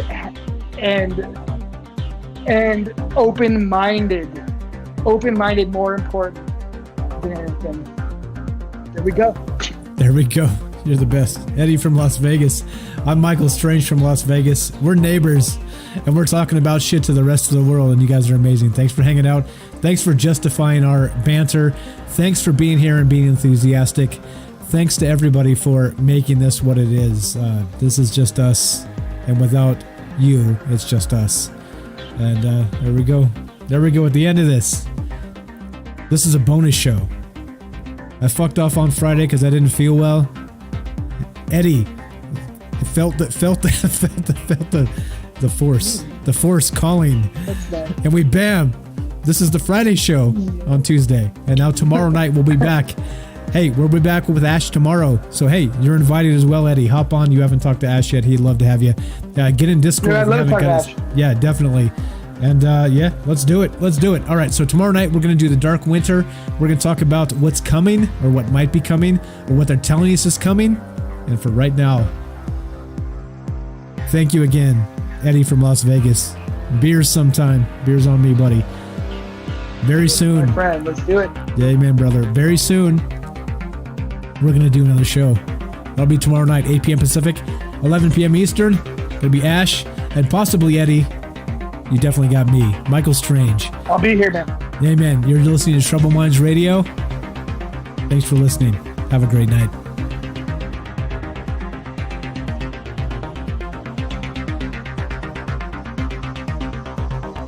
Hang out, Eddie. Don't go anywhere.